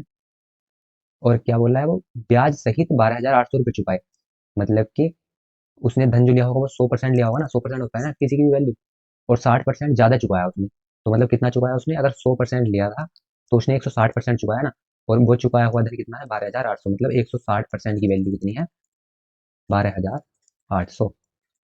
बताना क्या है, ब्याज कितना था पैसों में, तो ब्याज कितना था, 60%। 160% की वैल्यू तो मुझे पता है, 60% की वैल्यू पता नहीं है। तो पहले तो मुझे 160% की वैल्यू पता है, तो मैं 1% की वैल्यू निकालनी होगी मुझे, तो इधर ये कहाँ लेके जाऊंगा, बटे में लेके आऊंगा ना, 12,800 के बटे में आ जाएगा 160, और वैल्यू बतानी किसकी है मुझे, 60% की, क्योंकि ब्याज जो रहा उसका 60% रहा ना 5 साल में। तो साधारण ब्याज की राशि ज्ञात करो, ब्याज की राशि 60% होगी ना, तो 60% इजिकल टू कितना हो जाएगा, 12,800 बटे 160 गुणा 60%, परसेंट का मतलब बटे में 100, 1 2 3 जीरो से 1 2 3 जीरो कट गए, 16 से 128 कट जाएगा, 16 अट्ठे 128 128 और बचा कितना, सिर्फ ये बचा 8 और 6, 8×6 = 48। अच्छा, ये परसेंट की वैल्यू बताई थी ना हमें, तो 60% की, तो ये बटे में 100 नहीं लिखेंगे हम, तो ये कितना हो जाएगा, 48, 4800 हो जाएगा। तो ऑप्शन नंबर कौन सा हो गया हमारा, ऑप्शन नंबर डी। समझ नहीं आया होगा, एक बार वापस करके वीडियो देख लेना। नेक्स्ट क्वेश्चन है, सिंप्लीफिकेशन का है। देखो, जब जिसमें मैंने बताया था, ब्रेक डाउन किया था सिलेबस का, उसमें मैथ का भी बताया था, उसमें मैंने बोला था कि अगर 40 क्वेश्चन आ रहे हैं तो 6 से 7 क्वेश्चन हमारे सिंप्लीफिकेशन से बनते हैं। अब देखो, एक क्वेश्चन तो ये भी सिंप्लीफिकेशन का है, इसके नीचे भी सिंप्लीफिकेशन का है, तो 5 से 6 क्वेश्चन बनते हैं। 20 अगर अगर टीचिंग वाला होगा आपका, तो इस 3 से 4 सवाल आपके सिंप्लीफिकेशन से आएंगे। सिंप्लीफिकेशन, और सिंप्लीफिकेशन हर चैप्टर में हमारा काम आता है। तो सिंप्लीफिकेशन पहले तैयारी सिंप्लीफिकेशन की करना। मैं एक दो वीडियो देख रहा था जिसमें टीचर बोल रहे थे, पर वो सिंप्लीफिकेशन को नहीं जोर दे रहे थे। तो जिसका अच्छा मैथ है तो उसे तो कोई जरूरत नहीं है इतनी सिंप्लीफिकेशन करने की। पर अगर सिंपली आपका मैथ अच्छा नहीं होगा तो सिंप्लीफिकेशन नहीं होगा, तो फिर बड़ा मुश्किल हो जाएगा, ना तो मैथ हो पाएगा और रीजनिंग भी नहीं होगी फिर। तो सिंप्लीफिकेशन पे ध्यान देना अगर बिगिनर हो तो। चलो, इस क्वेश्चन को करते हैं हम। 4/7 ऑफ का मतलब क्या होता है, गुणा, और ये कितना हो जाएगा, 5 दूनी 10 और 4 14/5, फिर तो गुणा है, 3 3 और 2 5/3, फिर क्या है, भाग, भाग का मार्ग है। ये कितना हो गया, 5 से 15 और 1 16/5। फिर दिया हुआ है भाग। तो भाग को वैसे मैं गुणा में बदल सकता हूँ, पर मैं गुणा में बदलूंगा नहीं। गुणा में इसलिए नहीं बदलूंगा क्योंकि बोर्ड मास का जो रूल होता है, बोर्ड मास के रूल में पहले क्या सोल्व करना होता है, हमें ऑफ करना होता है ना। तो इस भाग को मैं कैसे कर सकता हूँ, भाग तो ये डिवीजन बाद में आया ना, ये ब्रैकेट है, B for bracket, O for of, D for division, M for multiply, A for addition, S for subtraction. तो पहले ऑफ आता है डिवीजन से, तो ये डिवीजन नहीं कर सकता मैं, तो इसलिए डिवीजन का ऐसे मार्क लगाऊंगा। 4 दूनी 8 और एक 9/2। पहले ऑफ करूंगा, ऑफ मतलब गुणा, और ये कितना हो जाएगा, 5 से 15 और एक 16/3। अब मैं भाग कर सकता हूँ क्योंकि ऑफ खत्म हो गया। चलो ये तो ऐसे ही रहेगा। अब मैं इसे सोल्व करता हूँ। इसे सोल्व करने के लिए मुझे भाग को गुणा में बदल देता हूँ। तो 16/5 और भाग को किस में बदलना है मुझे, गुणा में बदलूंगा। तो गुणा लिखूंगा, तो ये जो नीचे वाले हैं दोनों, ये ऊपर चले जाएंगे और ये ऊपर वाले नीचे आ जाएंगे ना। 2 × 3 ऊपर और 9 × 16 नीचे। अब मुझे इसमें से कुछ काटना हो तो देखो, 16 से तो 16 कट गया, और 3 ही करना 3, 3 × 3 = 9, बाकी और कुछ नहीं कटेगा। तो ये कितना आया, ऊपर बचा 2, नीचे बचा 5, और 3 5 × 3 = 15। तो इतना बचा। इसे एक बार लिख लेता हूँ। यहाँ तो कुछ नहीं, अच्छा यहाँ भी कुछ कट रहा है। देखो क्या क्या कटा है यहाँ पे, एक बार नीचे लिख लेता हूँ। 4/7 गुणा 14/5 गुणा 5/3, 5 से 5 कट गया, और 7 के अनुसार 7 दूनी 14। तो यहाँ कितना बचा, 4 दूनी 8 बटे बटे में 3 बचा। अब ये भाग का मार्क है, भाग 2/15 है, भाग को गुणा में बदल दूंगा। 8/3 गुणा 15 ऊपर चला जाएगा, 2 नीचे, 3 × 3 3 × 5 = 15, 2 × 2 2 × 4 8। तो कितना हो गया, 4 और 5 4 × 5 = 20 आ गया। ऑप्शन नंबर ए ठीक हो जाएगा। ये जो भी सिंप्लीफिकेशन का होता है पूरा बोर्ड मास ही होता है, और सिर्फ सिंप्लीफिकेशन का सवाल में ही नहीं, जो भी सवाल होता है वो हमें इसी बोर्ड मास को यूज करते हुए सोल्व करना होता है। चलो ये नेक्स्ट जो क्वेश्चन है, ये भी बोर्ड मास का है, इसे आपको खुद से करना है। अब नेक्स्ट क्वेश्चन पे चलते हैं। इसे आप एक बार लिख लो। इसमें क्या करना है, हम पहले ब्रैकेट सोल्व करेंगे, और ये वाला ब्रैकेट भी सोल्व करेंगे। ठीक है, फिर ये ब्रैकेट सोल्व करने के बाद ऑफ वाला करना, फिर भाग करेंगे, बाकी गुणा और जोड़ देंगे।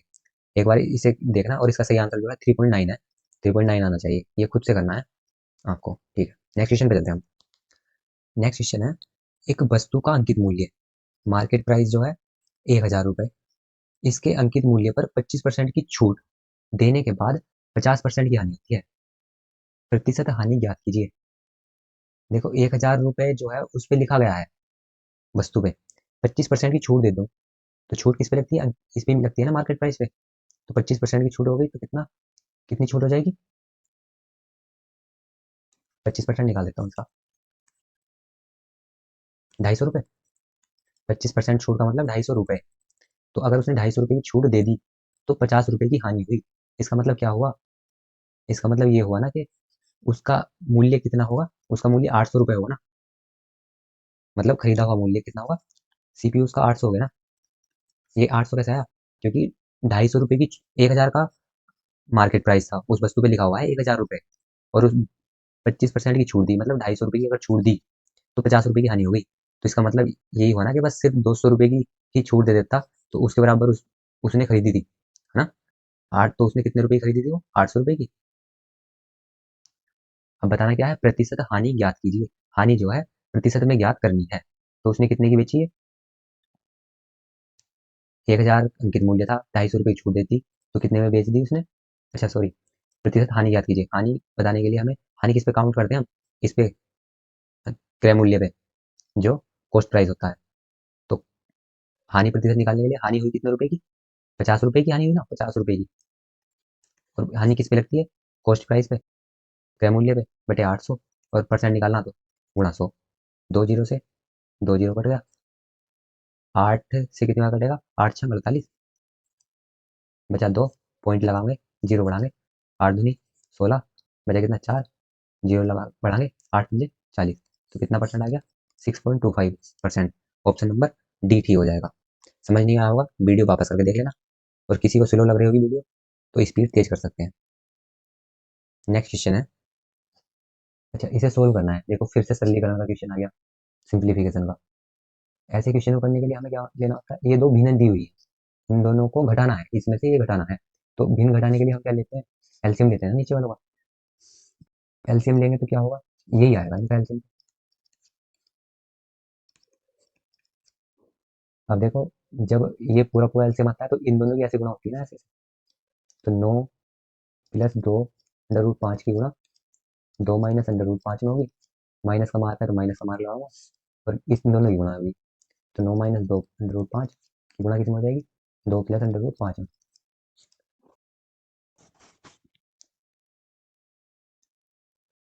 तो पहले 9 की गुणा इसमें होगी, फिर 9 की गुणा इसमें होगी, फिर इसकी गुणा इसमें होगी, और इसकी गुणा इसमें होगी। चलो जल्दी जल्दी से कर लेते हैं। 9 की गुणा 2 में होगी, फिर 9 की गुणा, ये मार्क किसका आएगा, ये प्लस है और ये माइनस है तो माइनस आएगा। हम गुणा करते हुए मार्क की भी गुणा करते हैं। तो ये 9 प्लस का है, इसके आगे कोई मार्क नहीं है तो प्लस का है। 9 की और 2 की गुणा करी, 9 और 2 ही आए, ये दोनों प्लस है, कोई मैंने मार्क नहीं लगाया। अब ये किसी गुणा कर रहा हूँ मैं, 9 की, और ये जो है माइनस का 5 की। तो 9 तो प्लस का है, तो इसके आगे चाहे मैं मार्क ना लगाऊं कोई दिक्कत नहीं। और ये -5 की गुणा कर रहा हूँ तो ये माइनस का आएगा, है ना। तो 9 गुणा -5। अब ऐसे ही इसकी गुणा करूंगा इसमें, तो ये कितना आएगा, दोनों प्लस के हैं तो प्लस का मार्क लगाऊंगा। 2 √5 गुणा 2, फिर 2 की गुणा इसकी, अब इसमें होगी। तो माइनस और प्लस कितना हो जाता है, माइनस हो जाता है। ये कितना हुआ, 2 √5 गुणा √5। अब ऐसे ही इसे लिख लूंगा।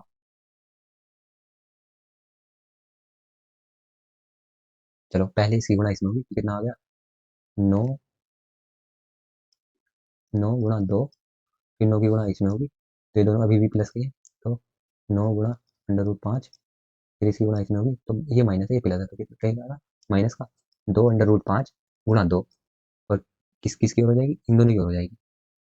तो माइनस प्लस माइनस, 2 √5 गुणा √5, इतना हो गया। ये थोड़ा ऐसे लग रहा होगा जैसे हार्ड हो, पर हार्ड है नहीं। एक बार इसे करने के बाद फिर बताऊंगा कि कैसे इजी तरीके से कर सकते हैं। देखो ये है a + b और a - b। a + b और a - b क्या होता है, a² - b²। तो a का स्क्वायर मतलब 2 का स्क्वायर मतलब 4, और √5 का स्क्वायर मतलब 5। तो -5 आ गया। तो 4 में से -5 गया, तो माइनस का कितना आया, 1 आया। अब देखो, ये हमारा इतना बचा हुआ है, इस ब्रैकेट के बाहर माइनस है। अगर ब्रैकेट के बाहर माइनस होता है तो इनके सबके मार्क चेंज हो जाते हैं ना। देखो इनका अगर कोई मार्क नहीं था तो ये प्लस के थे, पर बाहर माइनस है तो ये माइनस हो जाएगा। और ये प्लस था, ये माइनस हो जाएगा। ये माइनस था, प्लस हो जाएगा। ये माइनस था, ये भी प्लस हो जाएगा। अब देखते हैं, अब ये माइनस, ये कुछ नहीं है। अब ये मार्क जो है इनके, ये बचे हुए हैं। देखो 9 × 2, ये इनके आगे क्या मार्क है, कोई मार्क नहीं है तो प्लस का है, और ये माइनस का है, तो ये दोनों आपस में कट जाते हैं, माइनस प्लस के। ये 18 है और ये -18 है, तो 18 में से 18 के तो जीरो हो गया ये। ऐसे ही ये माइनस का है और ये भी माइनस का है, तो ये तो जीरो नहीं होगा। ये प्लस का है और ये भी प्लस का है, तो ये भी जीरो नहीं होगा। ये प्लस का है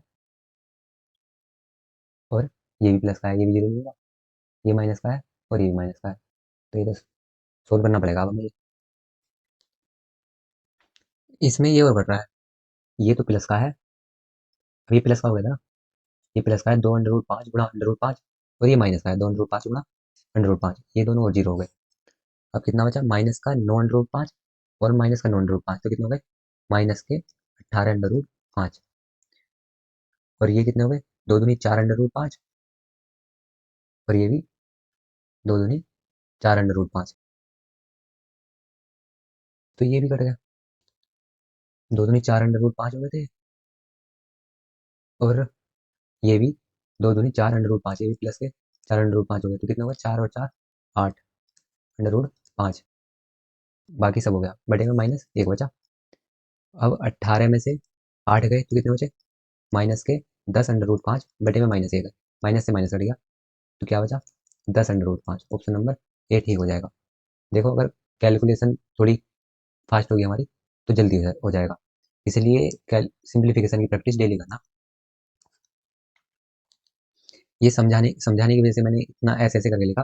अगर मुझे करना होता तो मैं तो शॉर्ट शॉर्ट में कर लेता, ये इतना नहीं लिखता मैं। ठीक है, नेक्स्ट क्वेश्चन पे चलते हैं।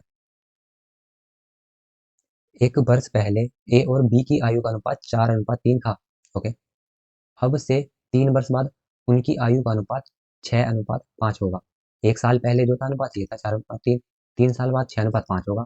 अब से 5 वर्ष बाद ए और बी की आयु का अनुपात क्या होगा। ये देखो, हाई एज वाला चैप्टर का है, ऐसा क्वेश्चन बहुत बार पूछा जाता है। 5 साल बाद की एज का बताना है मुझे। चलो क्वेश्चन करना स्टार्ट करते हैं। इसमें देखो 3 सिचुएशन बताई गई है इसमें हमें कि ए और बी की आयु 1 साल पहले, मतलब अब से 1 साल पहले, और अब से 3 साल बाद, और अब से 5 साल बाद की हमें बतानी है। तो देखो हम एज्यूम जो करते हैं वही तो एज्यूम करते हैं जो हमें बतानी हो। तो देखो अब तो यहाँ है वर्तमान मैं, और अब के बाद कितनी, एक तो 3 साल बाद की बात बताई हुई है उसमें, और एक 5 साल बाद की बात बताई है। बतानी मुझे 5 साल बाद की एज है उनकी क्या क्या होगी। तो मैंने मान लिया, एज्यूम किया कि 5 साल बाद ए की एज ए होगी और बी की एज बी होगी। अब मुझे ऐसे ही पता करना हो 3 साल बाद कितनी थी। तो 5 और 3 में कितना अंतर है, 2 साल का अंतर है ना। तो 5 साल बाद ए 1 साल ए साल का है, मतलब इतनी एज है उसकी ए की, और बी कितनी है तो 2 साल पहले कितनी एज होगी उसकी, उन दोनों की। तो ए की तो होगी 2 साल कम, और बी की कितनी होगी, बी की भी 2 साल कम होगी। और अगर मैं बात करूँ अब कितनी एज होगी उनकी, अब होगी उनकी, क्योंकि 5 साल बाद ए और बी है, तो इस टाइम कितनी होगी, मतलब वर्तमान में होगी A-5, और बी की होगी B-5। और एक और शर्त दी हुई थी कि 1 वर्ष पहले, तो अब इतनी एज है उनकी, तो 1 वर्ष पहले कितनी होगी, ये बात की सिचुएशन थी। 1 वर्ष पहले 1 वर्ष और घटा दूंगा, तो A-6 और B-6। अब देखो सिर्फ यही समझना था, अगर हमें ये समझाने की वजह से मैंने ऐसे लिखा, वरना मुझे बताना होता तो मैं डायरेक्ट ही इसे ऐसे लिख देता। 1 वर्ष पहले का अनुपात इतना दिया होता, तो A-6 और B-6 इक्वल टू 4/3 लिख देता मैं डायरेक्ट ही। ये समझाने के लिए मैंने लिखा है। 5 साल बाद की एज बताया था, बतानी थी मुझे, तो मैंने 5 साल बाद की ही एज्यूम की, जो मुझे बताना होता है वही एज्यूम करते हैं। तो ए और बी क्या, अब दो सिचुएशन और दी हुई थी उसने, 3 साल बाद ये दिया होता ना, 3 साल बाद, तो 3 साल बाद जब 5 साल बाद इतनी है, 3 साल बाद कितनी हुई होगी, तो 2 साल कम होगा ना। 3 और 5 साल में कितना अंतर है, 2 साल का, 2 साल कम। और अभी की बात करूँ तो ये 5 साल बाद की है, अभी की कितनी होगी, 5 साल कम। और ये 1 साल पहले थी, अब से भी 1 साल पहले, और ये 5 साल बाद की है, तो 6 साल कम होगी ना, 6 6 साल। तो दोनों में 6 6 घटा दे, और इनका अनुपात कितना है, 4/3, क्रॉस मल्टीप्लाई होगी। 3A-6 × 18 = 4B-24। देखो 4B इधर ले आया मैं, 3A, तो ये क्या हो जाए, 4B-3A = ये इधर 24 माइनस का, इधर जाके प्लस का हो जाएगा। तो 24 में से 24 प्लस का हो जाएगा, 18 माइनस का, तो 24 में 18 गए 6। 4B-3A = 6 आ गया। अब ऐसे ही 3 वर्ष बाद का भी अनुपात दिया गया था, तो A-2/B-2 = कितना था, 6:5। क्रॉस मल्टीप्लाई करेंगे, 5A-10 = 6B-2।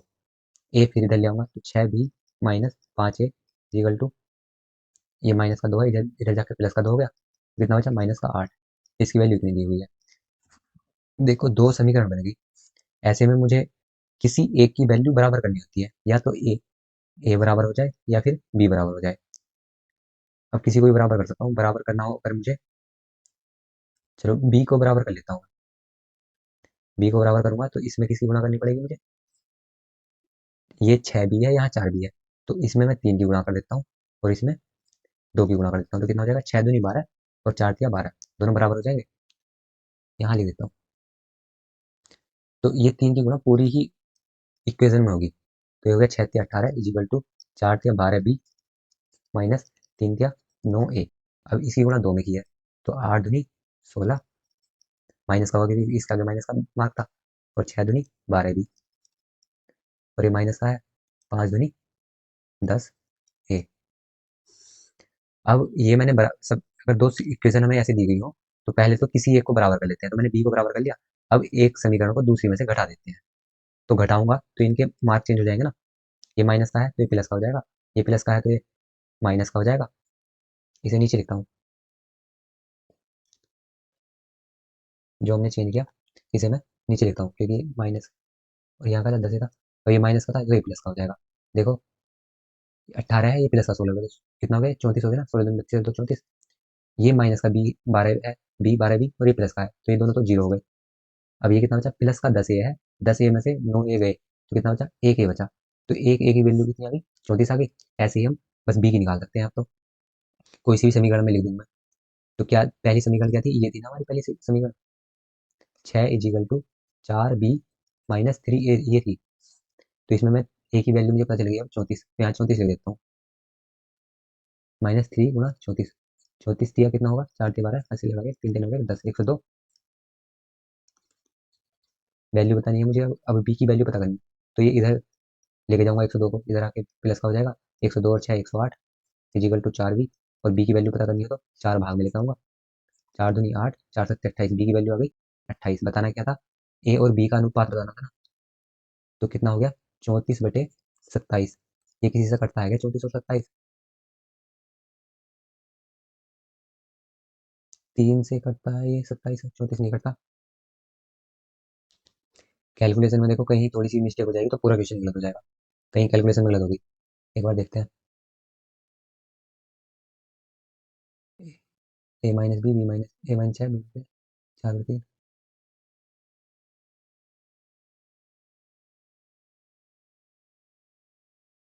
हाँ देखो, 6 की गुणा भी 2 से होती ना, तो ये कितना हो जाता, 6 दूनी 12 होना चाहिए था, 6 दूनी 12, ये सिर्फ मैंने 2 लिखा हुआ है, तो यहाँ पे ये मिस्टेक है। यहाँ से हमें फिर से करना होगा, ये यहाँ से इसमें मिस्टेक हो रखी है, यहाँ से फिर से करना होगा।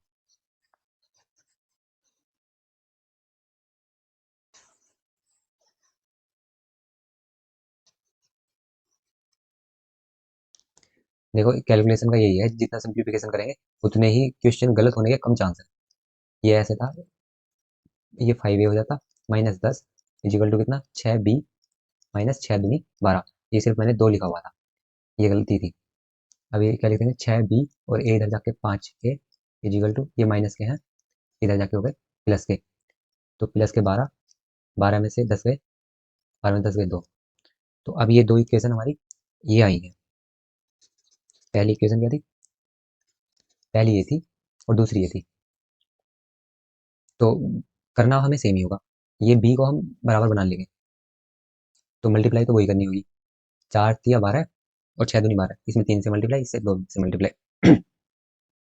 लिखता हूँ चलो आगे, एक बार इसे भी इरेज कर देता हूँ, अरे चल जा।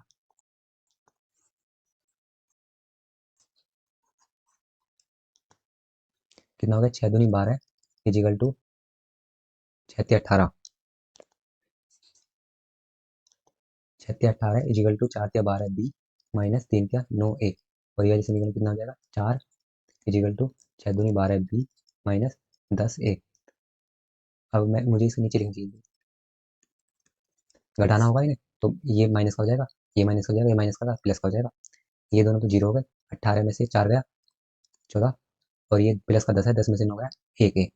तो ए की वैल्यू आ गई 14। अब मैं इस समीकरण में ए की वैल्यू लिख देता हूँ, किसी में भी लिख देंगे वही आएगा।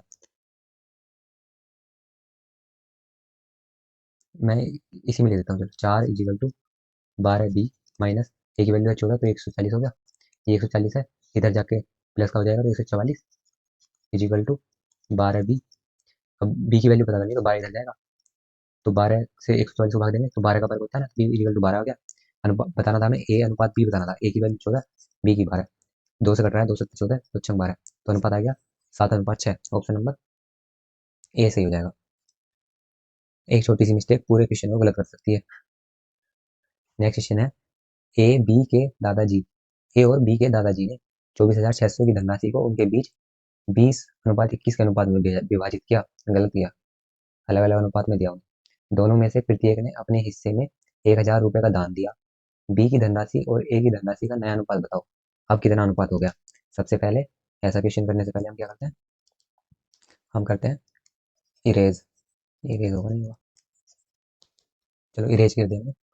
अनुपात कितना दिया होता है 20 अनुपात, ए और बी का अनुपात जो था 20 और 21 दिया हुआ है, तो ए की वैल्यू पता करनी है मुझे, तो x, A equal to 20x और बी इक्वल टू हो गया 21x।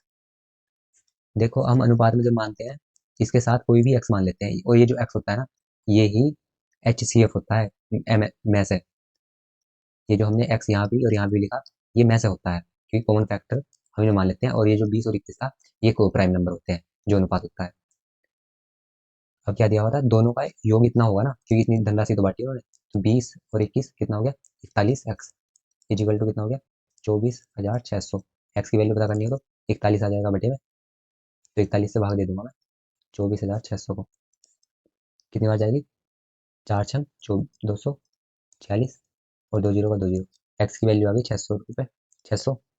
बताना क्या था, दोनों में से प्रत्येक ने अपने अपने हिस्से में से 1000 का दान दे दिया। देखो एक्स की वैल्यू 600 आई, तो ए की वैल्यू कितनी होगी, 20 एक्स था ना, ए इक्वल टू क्या था, 20 एक्स। एक्स की वैल्यू 600, तो कितना हो गया, 6 दूनी 12,000। ए को 12,000 रुपये दिए थे, तो ए को 12,000 दिए थे, तो बी के कितने बचे, टोटल में से घटा दूंगा तो 24,600 में से, तो कितने बचे, 12,600 रुपये। 12 और 12 24 और 600। बताना क्या है, दोनों ने एक एक 1,000 रुपये दान दे दिए, तो ए के कितने बचे, 11,000 बचे, और इसके बी के कितने बचे, 11,600। इनका अनुपात बताना था, तो 2 जीरो से 2 जीरो गए। अभी किससे कटेगा, सॉरी, बी की धनराशि और ए की धनराशि का अनुपात बताना है, मतलब बी की वैल्यू ऊपर लिखी जाएगी। तो 116 बटे 110, दो से कटेगा, 2 पंजे 10, 2 अट्ठे 16, 2 पंजे 10, 2 पंजे 10, कितना आ गया, 58:55। ऑप्शन नंबर ए ठीक हो जाएगा। नेक्स्ट क्वेश्चन की तरफ चलते हैं। क्वेश्चन है, एक धनराशि 9 वर्ष साधारण ब्याज की दर से, 9 था पहले ब्याज किसका, साधारण ब्याज का, 5 वर्ष में बढ़कर इतने रुपए हो गया। 9% ब्याज पे 5 साल में जो टोटल धन हो गया वो इतना हो गया, 13,920। उसी धनराशि पर जो पहले धनराशि थी, जो हमें पता नहीं, 10% वार्षिक दर से 10% कितना हो जाएगा, 10 वर्ष में 10% से कितना हो जाएगा। तो चलो करते हैं। एक साल का कितना परसेंट दिया हुआ है, एक साल का है 9%, तो 5 साल का कितना हो गया होगा, 5 9 45%। और क्या बताया इसने, 13,920 रुपये हो गया वो बढ़कर, मतलब अगर 100% था तो कितना बढ़ गया, 45% वो बढ़ गया, मतलब 145% हो गया वो, और कितना हो गया, 13,920। और मुझे क्या निकालना है, मुझे वो धन पता करना ना, धन कितना होगा वो। तो मैं 145% पता है, 1% पता करना हो मुझे, तो 145 इधर भाग में आ जाएगा। और कोई भी धन की वैल्यू कितनी थी उसकी, 100%, ये तो 100% होती है, तो मुझे 100% निकालना हो कुल धन, तो 100 से गुणा कर दी। 1% इतना था, 100% निकालना हो तो 100 से गुणा कर दी। बताना क्या है, उस धनराशि का, ये इतनी धनराशि हो गई हो, उसी धनराशि का 10% वार्षिक दर से 10% का ब्याज कितना हो जाएगा। देखो एक साल का कितना बताया आप, 10%, 10 साल में कितना हो जाएगा, एक साल का 10% है तो 10 साल का हो जाएगा 100%।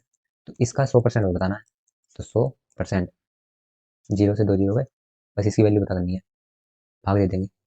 145 को इससे भाग देनी है, चलो यहाँ पे देते हैं 145 को से, और 2 जीरो ये, तो इसमें तो जाएगी नहीं, इसमें जाएगी ते 1,392 में। अगर 10 बार जाएगी तो ये 1,450 होगा, फिर 1,392 है, तो ये 9 बार चली जाएगी, 9 पंजे 45, यहाँ से लेकर 4, 9 चौक 36 और 4, 9 9 चौक 36 और 4 40, यहाँ से लेकर 4, 9 और 4 13, 1,305 आया। 12 में से 5 गए 7, यहाँ पे बचा 8 में से 0 गया 8, तो 87 बचा, एक जीरो लगा लिया हमने। 145 छक्का 870 हो जाएगा ना, और 2 जीरो के 2 जीरो, तो कितना आ गया हमारा, 9600। चलो नेक्स्ट क्वेश्चन पे चलते हैं। ये अगर ये समझने में थोड़ी प्रॉब्लम हो रखी होगी, तो ऐसा साधारण ब्याज और चक्रवृद्धि ब्याज, सिंपल इंटरेस्ट और कंपाउंड इंटरेस्ट के चैप्टर वाइज भी मैथ स्टार्ट करेंगे हम थोड़े टाइम में। एक कार को इतने रुपए में बेचने पर पी को 30% का लाभ होता है, यदि वही कार को इतने रुपए में बेचता है तो नया प्रतिशत लाभ कितना होगा। देखो किसी किसी का भी मूल्य जो होता है वो 100% होता है ना, और इतने रुपए में बेचने पे 30% लाभ हुआ, इसका मतलब क्या हुआ, ये जो वैल्यू है ये 130% होगी ना, क्योंकि 100% इसमें वैल्यू भी शामिल है और 30% लाभ भी शामिल है। वही वैल्यू तो हमारे पास है, कौन सी, ये तो 100% वैल्यू और 30% लाभ भी मिलकर ये इतना है, तो कितना परसेंट हो गया, 130% इजिकल टू कितना हो गया, 208 के आगे 3 जीरो। ठीक है, बताना क्या था, यदि वह कार इतने रुपए में बेचता है तो नया परसेंट बताओ। तो पहले तो मुझे ये पता होना चाहिए कि वो कार थी कितनी, कितने रुपए की, तो मुझे 100% की वैल्यू बतानी है, 130 की वैल्यू इतनी है, तो 1% इजिकल टू कितना हो जाएगा, 208 के आगे 3 जीरो बटे में 130, ये हो गया 1%। बताना कितना था, कोई भी वैल्यू 100% होती है तो 100 से गुणा कर दूंगा, 1 जीरो से 1 जीरो कर दिया, 13 से कितना करेगा, 13 बचा 7, 13 चंग 78 के आगे 1 2 3 और एक 4 जीरो, 2 3 4, तो वो कार जो थी वो इतने की थी,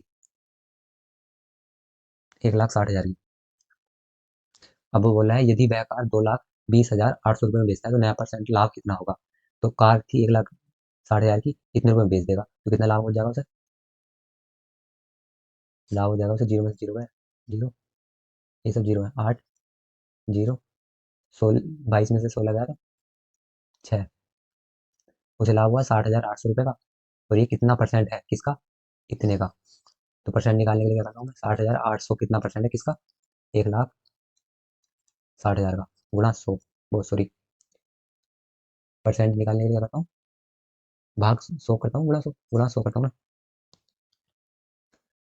तो कितना हुआ, 1 2 3 4 जीरो से, 1 2 और 2 4 जीरो कट गए, 16 से बस इसे भाग देना है, 16 या 48, बचा कितना, 12, 16 अट्ठे 128, कितना परसेंट आ गया, 38%। ऑप्शन नंबर 80 हो गया।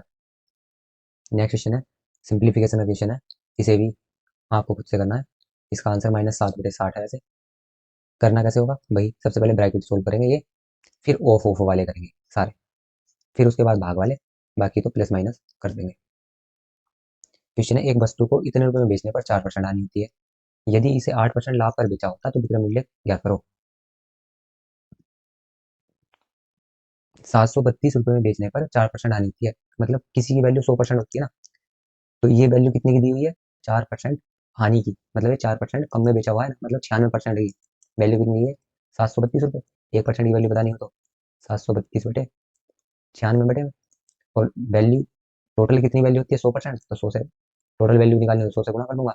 बताना क्या है, इसे 8% लाभ पर बेचा जाता है, तो 8% लाभ पर बेचा जाता है, 100% होती है वैल्यू, 8% लाभ पर बेचा जाता है तो 108/100, 2 जीरो से 2 जीरो कट गए, बस इसे सोल्व कर देंगे। ये कितना कैसे कैसे कटेगा, जो भी कटेगा कट के 823.50 ही आएगा, ऑप्शन नंबर डी। या फिर देखो, इसे डायरेक्ट सोल्व करने के लिए आप एक काम कर सकते हो, एक वस्तु को इतने रुपए में बेचने पर इतनी लाभ हानि हुई, और इतने परसेंट लाभ पर कितना कितने रुपए में बेचा जाएगा। दो बार बेचने की बात कर रहा है, जब दो बार बेचने की बात करता है तो विक्रय मूल्य पहला बटे विक्रय मूल्य दूसरा इज इक्वल टू होता है 100 प्लस माइनस प्रॉफिट या लॉस दूसरा वाला, और बटे में 100 प्लस माइनस प्रॉफिट या लॉस पहला वाला, मतलब पहले वाले के सामने दूसरा वाला प्रॉफिट लॉस होगा और दूसरे वाले के सामने पहला वाला होगा।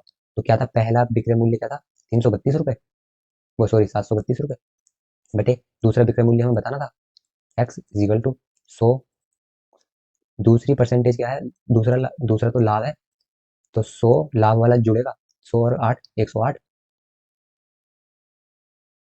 तो इसे कितना लिखूंगा मैं, इसे लिखूंगा 108 लिखूंगा, बटे पहली परसेंटेज क्या थी, 4% हानि, तो 100 में से 4 घट जाएगा 96, तो यही मैंने ये करके लिखा था देखो। अब एक्स की वैल्यू पता करनी है, तो एक्स इजिकल टू क्या आ जाएगा, 108 गुणा 108,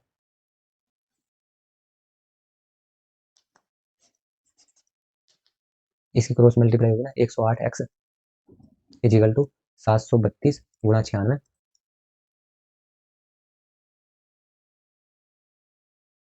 चलो इसे कर लेना।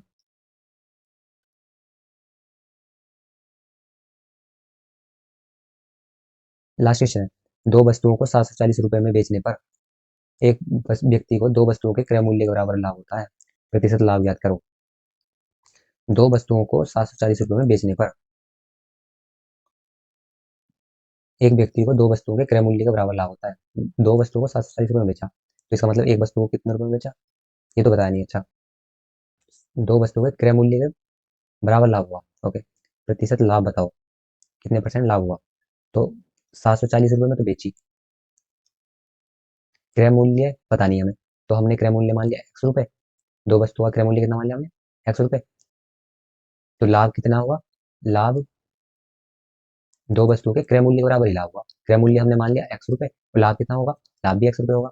तो लाभ निकालते कैसे हम, लाभ निकालते हैं विक्रय मूल्य माइनस क्रय मूल्य, एसपी माइनस सीपी तो होता है लाभ, तो लाभ कितना बताया उसने कि क्रय मूल्य के बराबर ही है, दोनों बराबर है, तो एक्स ही लाभ है, और विक्रय मूल्य कितना है 740 रुपये, और क्रय मूल्य कितना है ये एक्स, और इन दोनों का एक्स है, इधर एक्स लेके जाऊंगा, 2x इजिकल टू 740, एक्स की वैल्यू पता करनी हो तो बटे में 2 आएगा, 2 3 6, 2 7 14, 370 एक्स की वैल्यू आ गई। बताना कितना था, लाभ परसेंट ज्ञात करो। तो ये कितना हो गया, ये 740 जो था, लाभ ही तो माना था हमने, एक्स की वैल्यू 740, और क्रय मूल्य कितना था, क्रय मूल्य भी एक्स ही था। तो लाभ इजिकल टू क्या होता है, लाभ बटे क्रय मूल्य गुणा 100। तो लाभ कितना है 370 बटे क्रय मूल्य कितना है 370 गुणा 100, ये दो कट गए तो 100% आ गया। तो ऑप्शन नंबर ए हो गया। वैसे इसमें निकालने की जरूरत थी नहीं हमें कुछ भी, हमने जहाँ पे ये किया था, दो एक व्यक्ति को दो वस्तुओं के क्रय मूल्य के बराबर लाभ होता है, मतलब लाभ और क्रय मूल्य बराबर हो गए ना। तो हमें जब लाभ निकालना होता है तो यही तो होता है, लाभ बटे क्रय मूल्य गुणा 100। और हमने बताया था ये दोनों बराबर है, तो ये तो आपस में कट ही जाते हैं, 100 ही बचता ना। तो वैसे इसे करने की सोल्व करने की जरूरत थी नहीं। तो यह जनरल हिंदी का सेक्शन। पहला क्वेश्चन है, सामीप्य किस प्रकार की संज्ञा है। सामीप्य जो कौन सा नाउन है। अगर किसी ने हिंदी नहीं पढ़ी तो उन्हें और हमें हमारी इंग्लिश ठीक है, तो हम इंग्लिश से जोड़ के भी इन क्वेश्चन को कर सकते हैं। ये हमसे नाउन पूछ रहा है, कैसा नाउन है सामीप्य। सामीप्य मतलब समीप का, मतलब पास का। तो इसे इंग्लिश में कहते हैं प्रोक्सीमिटी। तो ये कैसा नाउन होगा, एब्स्ट्रैक्ट नाउन होगा, और हिंदी में कहते हैं इसे भाववाचक नाउन, भाववाचक संज्ञा। तो पहले का हो गया बी। नेक्स्ट क्वेश्चन, निम्नलिखित में से कौन सा विकल्प सर्वनाम के भेद उसके उदाहरण की दृष्टि से सुमेलित नहीं है। कौन सा सर्वनाम और उसका उदाहरण मैच नहीं करता है, ये बताना है। जो मैच नहीं होता है, संबंधवाचक, तो जो संबंध बताने के लिए तो जो यूज होता है, ठीक है। अनिश्चितवाचक कुछ कुछ, ठीक है। प्रश्नवाचक कौन, ये भी ठीक है। और निजवाचक मैं, निजवाचक के लिए मैं का यूज किया जाता है, पर्सनल प्रोनाउन ही है आई। पर पता नहीं इसमें ये बताया कि सम्मिलित नहीं है, ये सम्मिलित नहीं बताया हुआ, क्लियर नहीं है ये मेरा तो। ओके नेक्स्ट क्वेश्चन देखते हैं। मीन का पर्यायवाची है, तो मीन किसे कहते हैं, मछली को, और मछली का ही पर्यायवाची होता है जक। इसका पर्यायवाची है सफरीरी, बहुत बार एग्जाम में पूछा जाता है। नेक्स्ट क्वेश्चन, स्वत्व, स्वत्व का समानार्थी शब्द है। स्वत्व होता है मतलब अधिकार वाला, मालिक, स्वामी, वो है। तो ये इसका हो गया आधा अधिकार। नेक्स्ट क्वेश्चन है, नशा और निशा शब्द युग्म का सही अर्थ है। नशे का अर्थ होता है ना, और निशा का, नशा क्या होता है, मादकता, नशा होता है मादकता, और निशा होता है रात, ठीक है। अतएव किस प्रकार का समुच्चय बोधक अवयव है। अतएव, अतएव मतलब जब अतः, तो ये कब करते हैं, जब हमें परिणाम बताना होता है, तो इसे क्या बताते हैं, परिणाम दर्शक। थोड़ा थोड़ा किस प्रकार का परिणामवाचक क्रिया विशेषण है। तो ये थोड़ा थोड़ा श्रेणीवाचक का होता है। गुप्त का विलोम होगा, गुप्त का विलोम क्या होगा, प्रकट। नेक्स्ट क्वेश्चन है, चौड़ा किस प्रकार का विशेषण है। तो चौड़े से, चौड़ा, चौड़े से क्या बदलता है, संख्या का बदलता है, नहीं संख्या का नहीं बदलता, परिणाम का नहीं, सर्वनाम का नहीं। तो ये गुणवाचक है। प्रत्यय में कौन सी संधि है, संधि बतानी है। तो जहां भी ये आधा हाफ लेटर होता है, हाफ लेटर वाला, उसमें यण संधि होती है। नेक्स्ट क्वेश्चन है, पसीना और सफेद के लिए अर्थ, इनका अर्थ बताना है। पसीने को क्या कहते हैं, स्वेद, स्वेद कहते हैं पसीने को, तो ये वाला स्वेद, और सफेद को बोलते हैं स्वेद, ये पता होगा लिखना। फिर है संतोष का संधि विच्छेद करना है। तो संतोष का सही संधि विच्छेद होगा सम प्लस तोष, और ये इसके नीचे हलंत आएगा क्योंकि ये एम हाफ होता है। नेक्स्ट क्वेश्चन है, खिलाड़ी दौड़ने लगा वाक्य में किस प्रकार की क्रिया है। दौड़ने लगा, तो जब कोई भी क्रिया दो शब्दों से मिलकर बनी होती है, तो उसे, ये क्रिया क्या है, दौड़ने लगा, तो उसे संयुक्त क्रिया कहते हैं। नेक्स्ट क्वेश्चन है, बाल बच्चा में कौन सा समास है। तो बाल बच्चा को हम कैसे लिख सकते हैं, बाल डैश बच्चा, तो जिसमें भी डैश वाला होता है वो होता है द्वंद्व समास। नेक्स्ट क्वेश्चन है, खर का अर्थ नहीं है। खर का अर्थ नहीं है, तिनका है, ये तो सिनोनिम हमें याद करने होंगे। दुष्ट है, गधा है, खराब नहीं होता। नेक्स्ट क्वेश्चन, दुकान पर कोई नहीं था वाक्य में प्रयुक्त पर कौन सा कारक है। तो ये कर्ता ने कर्म को करण से में पर, तो ये कौन सा हुआ, अधिकरण में पर, में से पर। तो ये पर होता है अधिकरण का। सहम जाना अर्थ के लिए सही मुहावरा कौन सा है। तो सहम जाना मतलब डर जाना, या भीगी बिल्ली बनना। नेक्स्ट क्वेश्चन, जहां निंदा से प्रशंसा और प्रशंसा से निंदा का भाव व्यक्त होता है, वह कौन सा अलंकार होता है। तो उसे ब्याज स्तुति कहते हैं। नेक्स्ट क्वेश्चन है, नाक दबाने से मुंह खुलता है। नाक दबाने से मुंह खुलता है, इसका क्या अर्थ होगा, इसका अर्थ होगा कठोरता से कार्य हो जाता है। अगर हम किसी के साथ कठोरता, जैसे टीचर बच्चों के साथ करते हैं, तब भी हो जाता है, ठीक है। नेक्स्ट क्वेश्चन है, काम चोर का सही समास विग्रह क्या होगा। तो काम चोर का मतलब होता है काम से जी चुराने वाला, ये तो इजी था। नेक्स्ट क्वेश्चन है, विजय ने अपने विवाह के उपलक्ष्य में दावत दी वाक्य के किस अंश में वर्तनी की अशुद्धि है, कहाँ गलत है। विजय ने अपने विवाह के उपलक्ष्य, तो उपलक्ष्य की ये वर्तनी गलत है स्पेलिंग। उपलक्ष्य की सही वर्तनी होती है उपलक्ष्य। ओके, नेक्स्ट क्वेश्चन है, निम्नलिखित में से कौन सा वाक्य संयुक्त वाक्य है? संयुक्त वाक्य किसे बोलते हैं? इसका ऑप्शन देखते हैं। गरिमा ने गीत गाने के बाद नृत्य किया।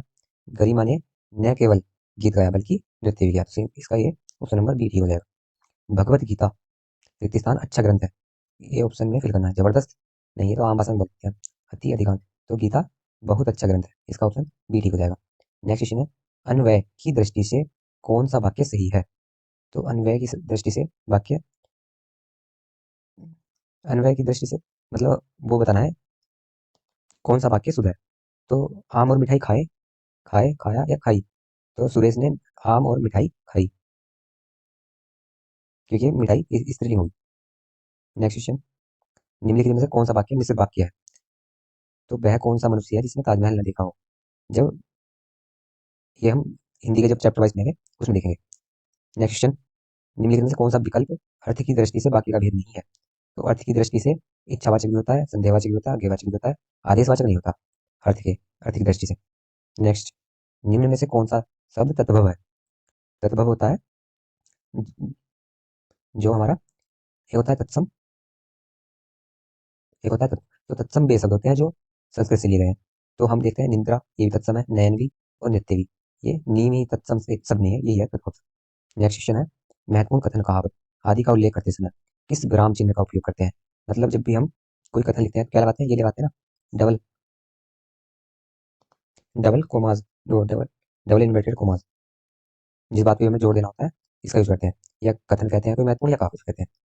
नेक्स्ट क्वेश्चन है, विद्यार्थी ने पुस्तक पढ़ी है, वाक्य का काल क्या है? तो विद्यार्थी ने पुस्तक पढ़ी है, पढ़ने का काम जो है वो अभी वर्तमान में है और पूरा हो चुका है। ऐसे पता चलता है हमारा, ऐसे पता चला कि प्रेजेंट है तो वर्तमान, और पढ़ी है मतलब काम पूरा हो गया है, तो ये पूर्ण वर्तमान हो गया। नेक्स्ट क्वेश्चन है, वह मिलता, वह मिलता वाक्य कौन सा काल है? तो मिलता तो पास्ट हो गया, और पास्ट का कौन सा हो गया? जिसमें जिसमें हमारी क्रिया दूसरी क्रिया पर निर्भर होती है, उसे हेतु हेतु भूतकाल कहते हैं। तो ये हेतु हेतु भूत का है, सामान्य भूत तो है नहीं, और भविष्य भी नहीं था और वर्तमान भी नहीं था। ये तो हमें पता था कि भूतकाल होगा, सामान्य भूतकाल होगा या हेतु हेतु होगा, तो ये सामान्य नहीं है, क्योंकि वह मिलता है इसमें इसकी कोई कंडीशन भी है। नेक्स्ट क्वेश्चन, निम्नलिखित में से कौन सा सूचक समाप्ति सूचक चिन्ह है? जो हम कोई भी पैरा या लाइन लास्ट करते हैं तो उसमें ये पॉइंट का यूज करते हैं।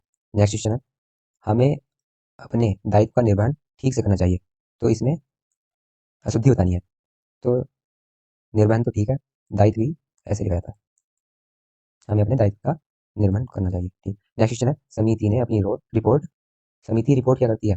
रिपोर्ट प्रस्तुत करती है। नेक्स्ट, निम्नलिखित में से कौन सा वाक्य सरल वाक्य है? तो सरल वाक्य है, जो सैनिक देशभक्त होता है उसका आदर सभी करते हैं, सभी सैनिक का सम्मान करते हैं क्योंकि वह देशभक्त होता है, देशभक्त सैनिक का आदर सभी करते हैं। सरल वाक्य तो सीधा सीधा होता है। भक्त माला घुमा रहा था, तो माला क्या की जाती है? माला फेरी जाती है, तो भक्त माला फेर रहा था। नेक्स्ट है हमारा अनसीन पैसेज, तो इसे पढ़ते हैं। घृणा और भय की प्रवृत्ति एक सी है, दोनों अपने अपने विषय से दूर होने की प्रेरणा करते हैं, परंतु भय का विषय भावी हानि का अत्यंत निश्चय कराने वाला होता है। घृणा का विषय उसी क्षण इंद्रिय विज्ञान के व्यापार में संकोच उत्पन्न करने वाला। घृणा के विषय से यह समझा जाता है कि जिस प्रकार का दुख यह दे रहा है उसी प्रकार का देता जाएगा, पर भय विषय से यह समझा जाता है कि अभी और प्रकार का अधिक तीव्र दुख देगा। भय कलेश नहीं है, कलेश की छाया है, पर ऐसी छाया है जो हमारे चारों ओर अंधकार फैला सकती है। सारांश यह है कि एक अतिरिक्त कलेश है। यदि जिस बात का हमें भय था वह हम पर आ पड़ी तो हमें दोहरा कलेश पहुंचा। क्वेश्चन देखते हैं जरा। क्लेश का अर्थ क्या होता है? तो क्लेश होता है हमारा, हर्ष तो नहीं होता, उत्साह भी नहीं होता, डर भी नहीं होता, कलेश होता है, क्लेश होता है पीड़ा। भय के संदर्भ में कौन सा कथन सही है? भय के संदर्भ में, भय के संदर्भ में इसने बताया था हमें कि भय जो है वो हमारा, तो ये बताता है इसने कि भय क्लेश नहीं है, तो क्या बताना है? सही नहीं है। इसने बोला यहाँ पे क्लेश भय है, नहीं, तो ये क्लेश भय नहीं है, तो यही गलत है, तो यहाँ पे सही हो जाएगा। भय एक अतिरिक्त क्लेश है, हाँ ये तो बोला था इसने कि अतिरिक्त क्लेश है। भय कलेश की छाया है, ये भी बोला था। भय कलेश नहीं है, ये भी ठीक है, यही नहीं है। नेक्स्ट क्वेश्चन, गद्यांश का सर्वाधिक उपयुक्त शीर्षक होगा। तो घृणा और भय, इन दोनों की बात की है इसने, घृणा की और भय की, इन दोनों के बारे में फिर बताया है। नेक्स्ट क्वेश्चन होगा, निम्नलिखित में से किसकी प्रवृत्ति एक समान है। तो किन किन की प्रवृत्ति एक समान है, इसमें दिया, पहली लाइन में दिया है, घृणा और भय की प्रवृत्ति एक सी है, तो घृणा और भय की। नेक्स्ट क्वेश्चन, हमारे व्यवहारों में संकोच किस भाव के कारण पैदा होता है। संकोच कब होता है, इस घृणा के कारण संकोच पैदा होता है। क्वेश्चन नंबर पहला है, this is fill in the blank है, largest battle beetle I ever saw. तो लार्जेस्ट क्या है, सुपरलेटिव डिग्री, इसके पहले किसका यूज किया जाता है, दागा। नेक्स्ट क्वेश्चन, नेक्स्ट है नरेशन, डायरेक्ट इनडायरेक्ट का, Ritesh said what a cold day it is. तो क्या हो जाएगा, व्हाट तो एक्सक्लेमेटरी वाला है ना, तो ये हो जाएगा Ritesh exclaimed that it was a cold day, इसका क्या हो जाएगा, वाज हो जाएगा, it it was a cold day. Next question, ये पंचुएट ये पंचुएशन बतानी है, सेंटेंस की कौन सी पंचुएशन करेक्ट है। तो यह है, Lokesh grandfather comma gifted him a beautiful new bike. तो यहाँ पे अगर हम कोमा देखें तो यहाँ पे कोमा की तो कोई जरूरत है नहीं, यहाँ पे भी सुपर प्लस है ना, ये यहाँ पे दो कोमा जबरदस्ती लगाए हुए हैं, इसमें यहाँ पे न्यू बाइक के बीच में कोमा है, तो ये गलत हो गया। यहाँ पे भी ये जबरदस्ती कोमा है, ये भी गलत हो गया। और ये क्वेश्चन, इसमें तो क्वेश्चन मार्क था, ये तो वैसे भी गलत हो रखा था, क्वेश्चन मार्क नहीं आना चाहिए। और ये एक्सक्लेमेटरी भी नहीं था, और ये कोमास भी जबरदस्ती के लगाए हुए हैं, ये क्या होगा, Lokesh grandfather gifted him a beautiful new bike. ठीक है, नेक्स्ट क्वेश्चन है क्वेश्चन नंबर तीसरा, I have always been impressed. तो ये तो सही है किससे, by Rohit Sharma batting, impressed के साथ वाई का यूज होगा। नेक्स्ट क्वेश्चन है, his approach to the team was considered to be a but supportive. तो इसमें अगर हम रिजिड, रिजिड तो हमारा सही नहीं लग रहा है, ना ही हार्श लग रहा है। स्टबबॉर्न, यहाँ स्टबबॉर्न का भी वैसे मतलब तो बनेगा, his approach to the team was considered to be firm but supportive. Okay, next question देखते हैं, a careful analysis has been made of their shortcomings by their coach. तो their coach has made a careful analysis of, has been का क्या हो जाएगा, has हो जाएगा। ठीक है, नेक्स्ट क्वेश्चन देखते हैं, एक्टिव बताना था। Select the most appropriate direct form, direct form बतानी है। तो डायरेक्ट फॉर्म इसमें क्या दिया गया है, Tara asked Ajay if he knew. तो ही न्यू वाला कौन सा हो गया, ही न्यू वाला हो गया पास्ट इंडेफिनिट, पास्ट इंडेफिनिट का किसमें हो जाएगा, प्रेजेंट इंडेफिनिट। तो ये हो जाएगा, do you know way I have I stay, Tara से टू अजय। नेक्स्ट क्वेश्चन है question number 8, I am looking forward to होता है। ओके, ये फ्रेज होती है। नेक्स्ट क्वेश्चन है, द टीचर इंसिस्टेड, यहाँ पे बताना है फ्रीक्वेंट सैनिटाइजेशन ऑफ हैंड्स। तो इंसिस्ट के साथ ओन या अपॉन का यूज होता है, insist upon. Next question, although they had been in conference for about 8 hour the talk blank without any consensus. तो although they had been in conference for their 8 hours the talk, हाँ कि उसका कोई मतलब नहीं निकला ये, तो ये ब्रेकडाउन यूज होगा यहाँ पे। We should put our heads together to do this job. तो इसका क्या बताना हमें, करेक्ट पैसिव वॉइस बतानी है। तो शुड का क्या हो जाएगा, शुड भी हो जाएगा। तो एक तो शुड भी इसमें है, एक इसमें है, दोनों तो गलत हो गए थे। देखते हैं, our head should be put together to do this job, our heads should be putting together तो नहीं होगा शुड बी के साथ। नेक्स्ट क्वेश्चन है, if you are able to solve this riddle I will accept that you are, यहाँ पे बताना है देन मी। तो एक कंपेरेटिव वाला हो गया ना, कंपेरेटिव वाला cleverer. Next question, Germany and China each others largest trading partners. तो जर्मनी एंड, ये दो नाउन जो एंड से जुड़े हुए हैं, तो क्या आएगा हमारा, प्लूरल वर्ब। नेक्स्ट क्वेश्चन है, street play is more of a louder variant of theatre. ठीक है, नेक्स्ट क्वेश्चन है, in this in the picture the actor, ये फॉर्म बतानी है कौन सी सही होगी, इन अ सिमरिंग ब्लू आउटफिट। तो कैन बी सीन है ना, in this picture the actor can be seen, in A simmering blue outfit. Next question 16, seeing her parents the child happily clapping has clapped. तो seeing her parents the child happily clapped, उसने तालियां बजाई अपने parents को देख के। ये punctuated वाला आ गया, फिर से पंचुएशन बतानी है सही। तो ये इसमें बताया ज्योतिष बैग्स बीन स्टोलन, नहीं ज्योतिष, ये तो वैसे ही गलत है, ज्योतिष यहाँ पे नहीं लगेगा। तो ये होगा ज्योतिष, और ये बैग हैज बीन लिखा हुआ, तो हैज बीन लगाने के लिए हम बैग में अपोस्ट्रोफ लगा के कैसे लगा देते हैं ना। तो ये वही है, Jyotish bag has been stolen in the metro. तो हमारा क्वेश्चन नंबर 4 हो जाएगा ठीक। Next question number 18, the Indian team against the Scotland. और ये नेक्स्ट संडे, नेक्स्ट से क्या मतलब कि फ्यूचर वाला होगा, तो हैज नहीं होगा, हैव नहीं होगा, वाज नहीं होगा, तो बिल होगा। नेक्स्ट क्वेश्चन है, of all his classmates Rudra is the most component. तो इसका बताना है synonym, component, sorry competent. Competent क्या होता है हमारा, कैपेबल होता है ना, तो इसका हो जाएगा कैपेबल। सिनोनिम बताना था, मीनिंग अंडरलाइन का, तो कॉम्पिटेंट का होता है कैपेबल, योग्य। When they were parting Rekha reminded Priya of her promise to.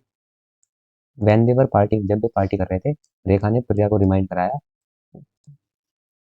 प्रिया का क्या promise, we at chat, join at hand, hang in contact, keep in touch, मतलब कि मिलते रहने के लिए, कीप इन टच। एक बार फिर से देख सकते हैं, when they were parting Rekha reminded Priya of her promise to keep in touch.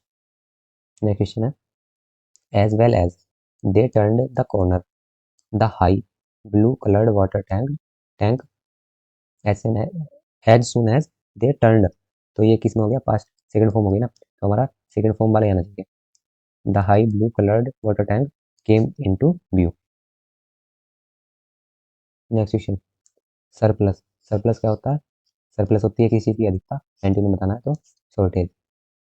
Next question है, द रोंगली स्पेल्ड वर्ड बता, ये अंडरलाइन वाली जो है इनमें गलत किसकी स्पेलिंग है, फ्लू अराउंड बिकॉज ब्रीज, तो ये ब्रीज की स्पेलिंग गलत है लिखी हुई। ये वाक्य था, सेंटेंस था, the paper flu all around because, paper उड़ गया हर जगह जगह, ऑफ द स्ट्रॉन्ग ब्रीज, मतलब हवा के कारण, एक तगड़ी सी हवा के कारण। तो ब्रीज की स्पेलिंग क्या होती है, BRE double Z, B BRE breeze, ये होता है हवा। नेक्स्ट क्वेश्चन, नेक्स्ट क्वेश्चन है डेफिनिट। डेफिनिट का क्या बताना है, एंटोनियम। डेफिनिट का एंटोनियम क्या हो जाएगा, डेफिनिट का निश्चित, तो अनश्योर। नेक्स्ट क्वेश्चन है, द जज found that the company had failed to take response reasonable precaution the risk of accident. The जज found that the company has failed to take responsible precaution against the risk of accident. Next question, B should, रिक्त स्थान है, building waste at source and facilitate proper disposal of recycling. तो जो building का waste जो है वो अलग करने के लिए क्या यूज होता है, डिटैच तो नहीं होता, ना डिस्कनेक्ट ना रीडिंग, इनका कोई सेंस नहीं बन गया, ये सेग्रीगेट अलग करने के लिए, जबकि किसी वस्तु को अलग किया जाता है। Next question, the bus suddenly started to move through the bustling street. तो बताना क्या है, रोंगली, रोंगली स्पेल्ड बताना है, किसकी स्पेलिंग गलत है। तो बसलिंग, ये हमारा सडनली तो ठीक है, थ्रो भी ठीक है, स्ट्रीट भी ठीक है, तो यही होता, बसलिंग सडनली तो ठीक लिखा होता है, स्ट्रीट भी, थ्रो भी। नेक्स्ट क्वेश्चन, क्या बताना है, select the sentence that is grammatically correct. तो held up traffic a fight between two elephants on the highway over a lorry of sugar cane. A fight, held up traffic a fight between, इसका तो कोई sense ही नहीं बनता था, a fight between two elephants over a lorry of sugar cane held up traffic on the highway. इसे एक बार अच्छे से पढ़ लेंगे सारे तो इजी है, वैसे हो जाएगा। नेक्स्ट क्वेश्चन है, Henry Ford was a genius. क्या बताना है, रोंगली स्पेल्ड। हाँ, तो ये जीनियस की स्पेलिंग ये होती है, GENIUS। जीनियस की मूवी भी है एक, who applied the principles of mass production to the manufacturing of cars. तो इसमें रोंगली स्पेल्ड बताना था, तो ये जीनियस वाला ही गलत है। नेक्स्ट क्वेश्चन देखते हैं, एड इंसल्ट टू इंजरी, मतलब किसी चीज़ को भड़काना, एड इंसल्ट टू इंजरी। तो make a bad situation worse, किसी बिगड़ी हुई चीज़ को और ज़्यादा बिगड़ाना। तो होता है add insult to injury. Rohit made, क्या बताना है हमें, फिल इन द ब्लैंक करना है। Rohit made inquiries about the company before deciding to, तो यहाँ पे तो एक्सेप्ट बताना है। तो एक्सेप्ट कौन सा वाला आएगा यहाँ पे, बिफोर डिसाइडिंग टू एक्सेप्ट वाला आएगा। तो एक्सेप्ट वाला तो एक ही है वैसे तो, ये तो हो जाएगा। Next question, ban someone goes out of hand, it means ban someone goes out of hand, कोई हाथ से निकल गया, तो इसका मतलब क्या हो गया, लॉस्ट कंट्रोल। नेक्स्ट क्वेश्चन है रैंडम, रैंडम का बताना है सिनोनिम। तो रैंडम होता है अचानक, तो ऐसे ही कैजुअल भी अचानक। I am tired of his tricks to deceive people, मैं उसके तरकीबों से थक चुका हूँ, मैं उसकी तरकीबों से थक चुका हूँ। In his case it's certainly true that, तो इसका हमें बताना है most, select the proverb, proverb बतानी है। अच्छा, वो जो है उसके धोखाधड़ी की चीज़ों से थक चुका है, तो इसकी प्रोवर्ब क्या होगी, one should not cry over spilt milk, अब किसी को मतलब पछताने से कुछ नहीं होता है। नेक्स्ट है a leopard doesn't change its sports, तो वो धोखा धोखा देता रहता है ना उसे बार बार। तो जो एक ये कहावत वही है कि भेड़िया क्या होता है, वो चेंज नहीं करता है अपनी। लियोपार्ड तो वैसे किसका, शेर की जाति का विग कैट होती है, तो उसकी जो है वो अपनी डजेंट चेंज इट्स स्पोर्ट्स, वो अपने आप में परिवर्तन नहीं कर सकता, ऐसे ही वो जो है धोखा देता रहता है। तो इसके लिए प्रोवर्ब सही ये वाली हो जाएगी। नेक्स्ट है the leader of the opposition of the member of the house to the poor state of affairs in the public health institutions, the leader of the opposition drew the attention, उसने ध्यान आकर्षित किया of the member of house to the poor state affair in the public health institution, यहाँ पे ध्यान खींचने के लिए कौन से वर्ड का सही यूज होगा ये बताना। तो ड्रू द अटेंशन यूज होता है। नेक्स्ट है हमारा कॉम्प्रिहेंशन का, तो इसे आप कर लो एक बार, स्क्रीनशॉट ले लो इसका, इसे आप खुद से कर लेना, इसके क्वेश्चन भी देख लो, वीडियो को रोक के एक बार इसे कर लेना,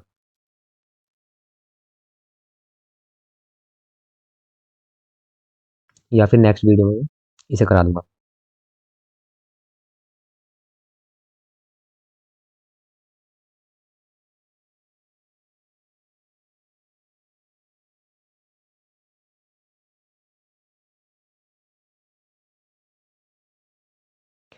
वीडियो को पूरा देखने के लिए धन्यवाद। अगर इस वीडियो से कोई भी आपके लिए वैल्यू ऐड हुई तो वीडियो को लाइक करें, हमारे साथ जुड़ने के लिए सब्सक्राइब करें। धन्यवाद। जय हिंद, जय भारत।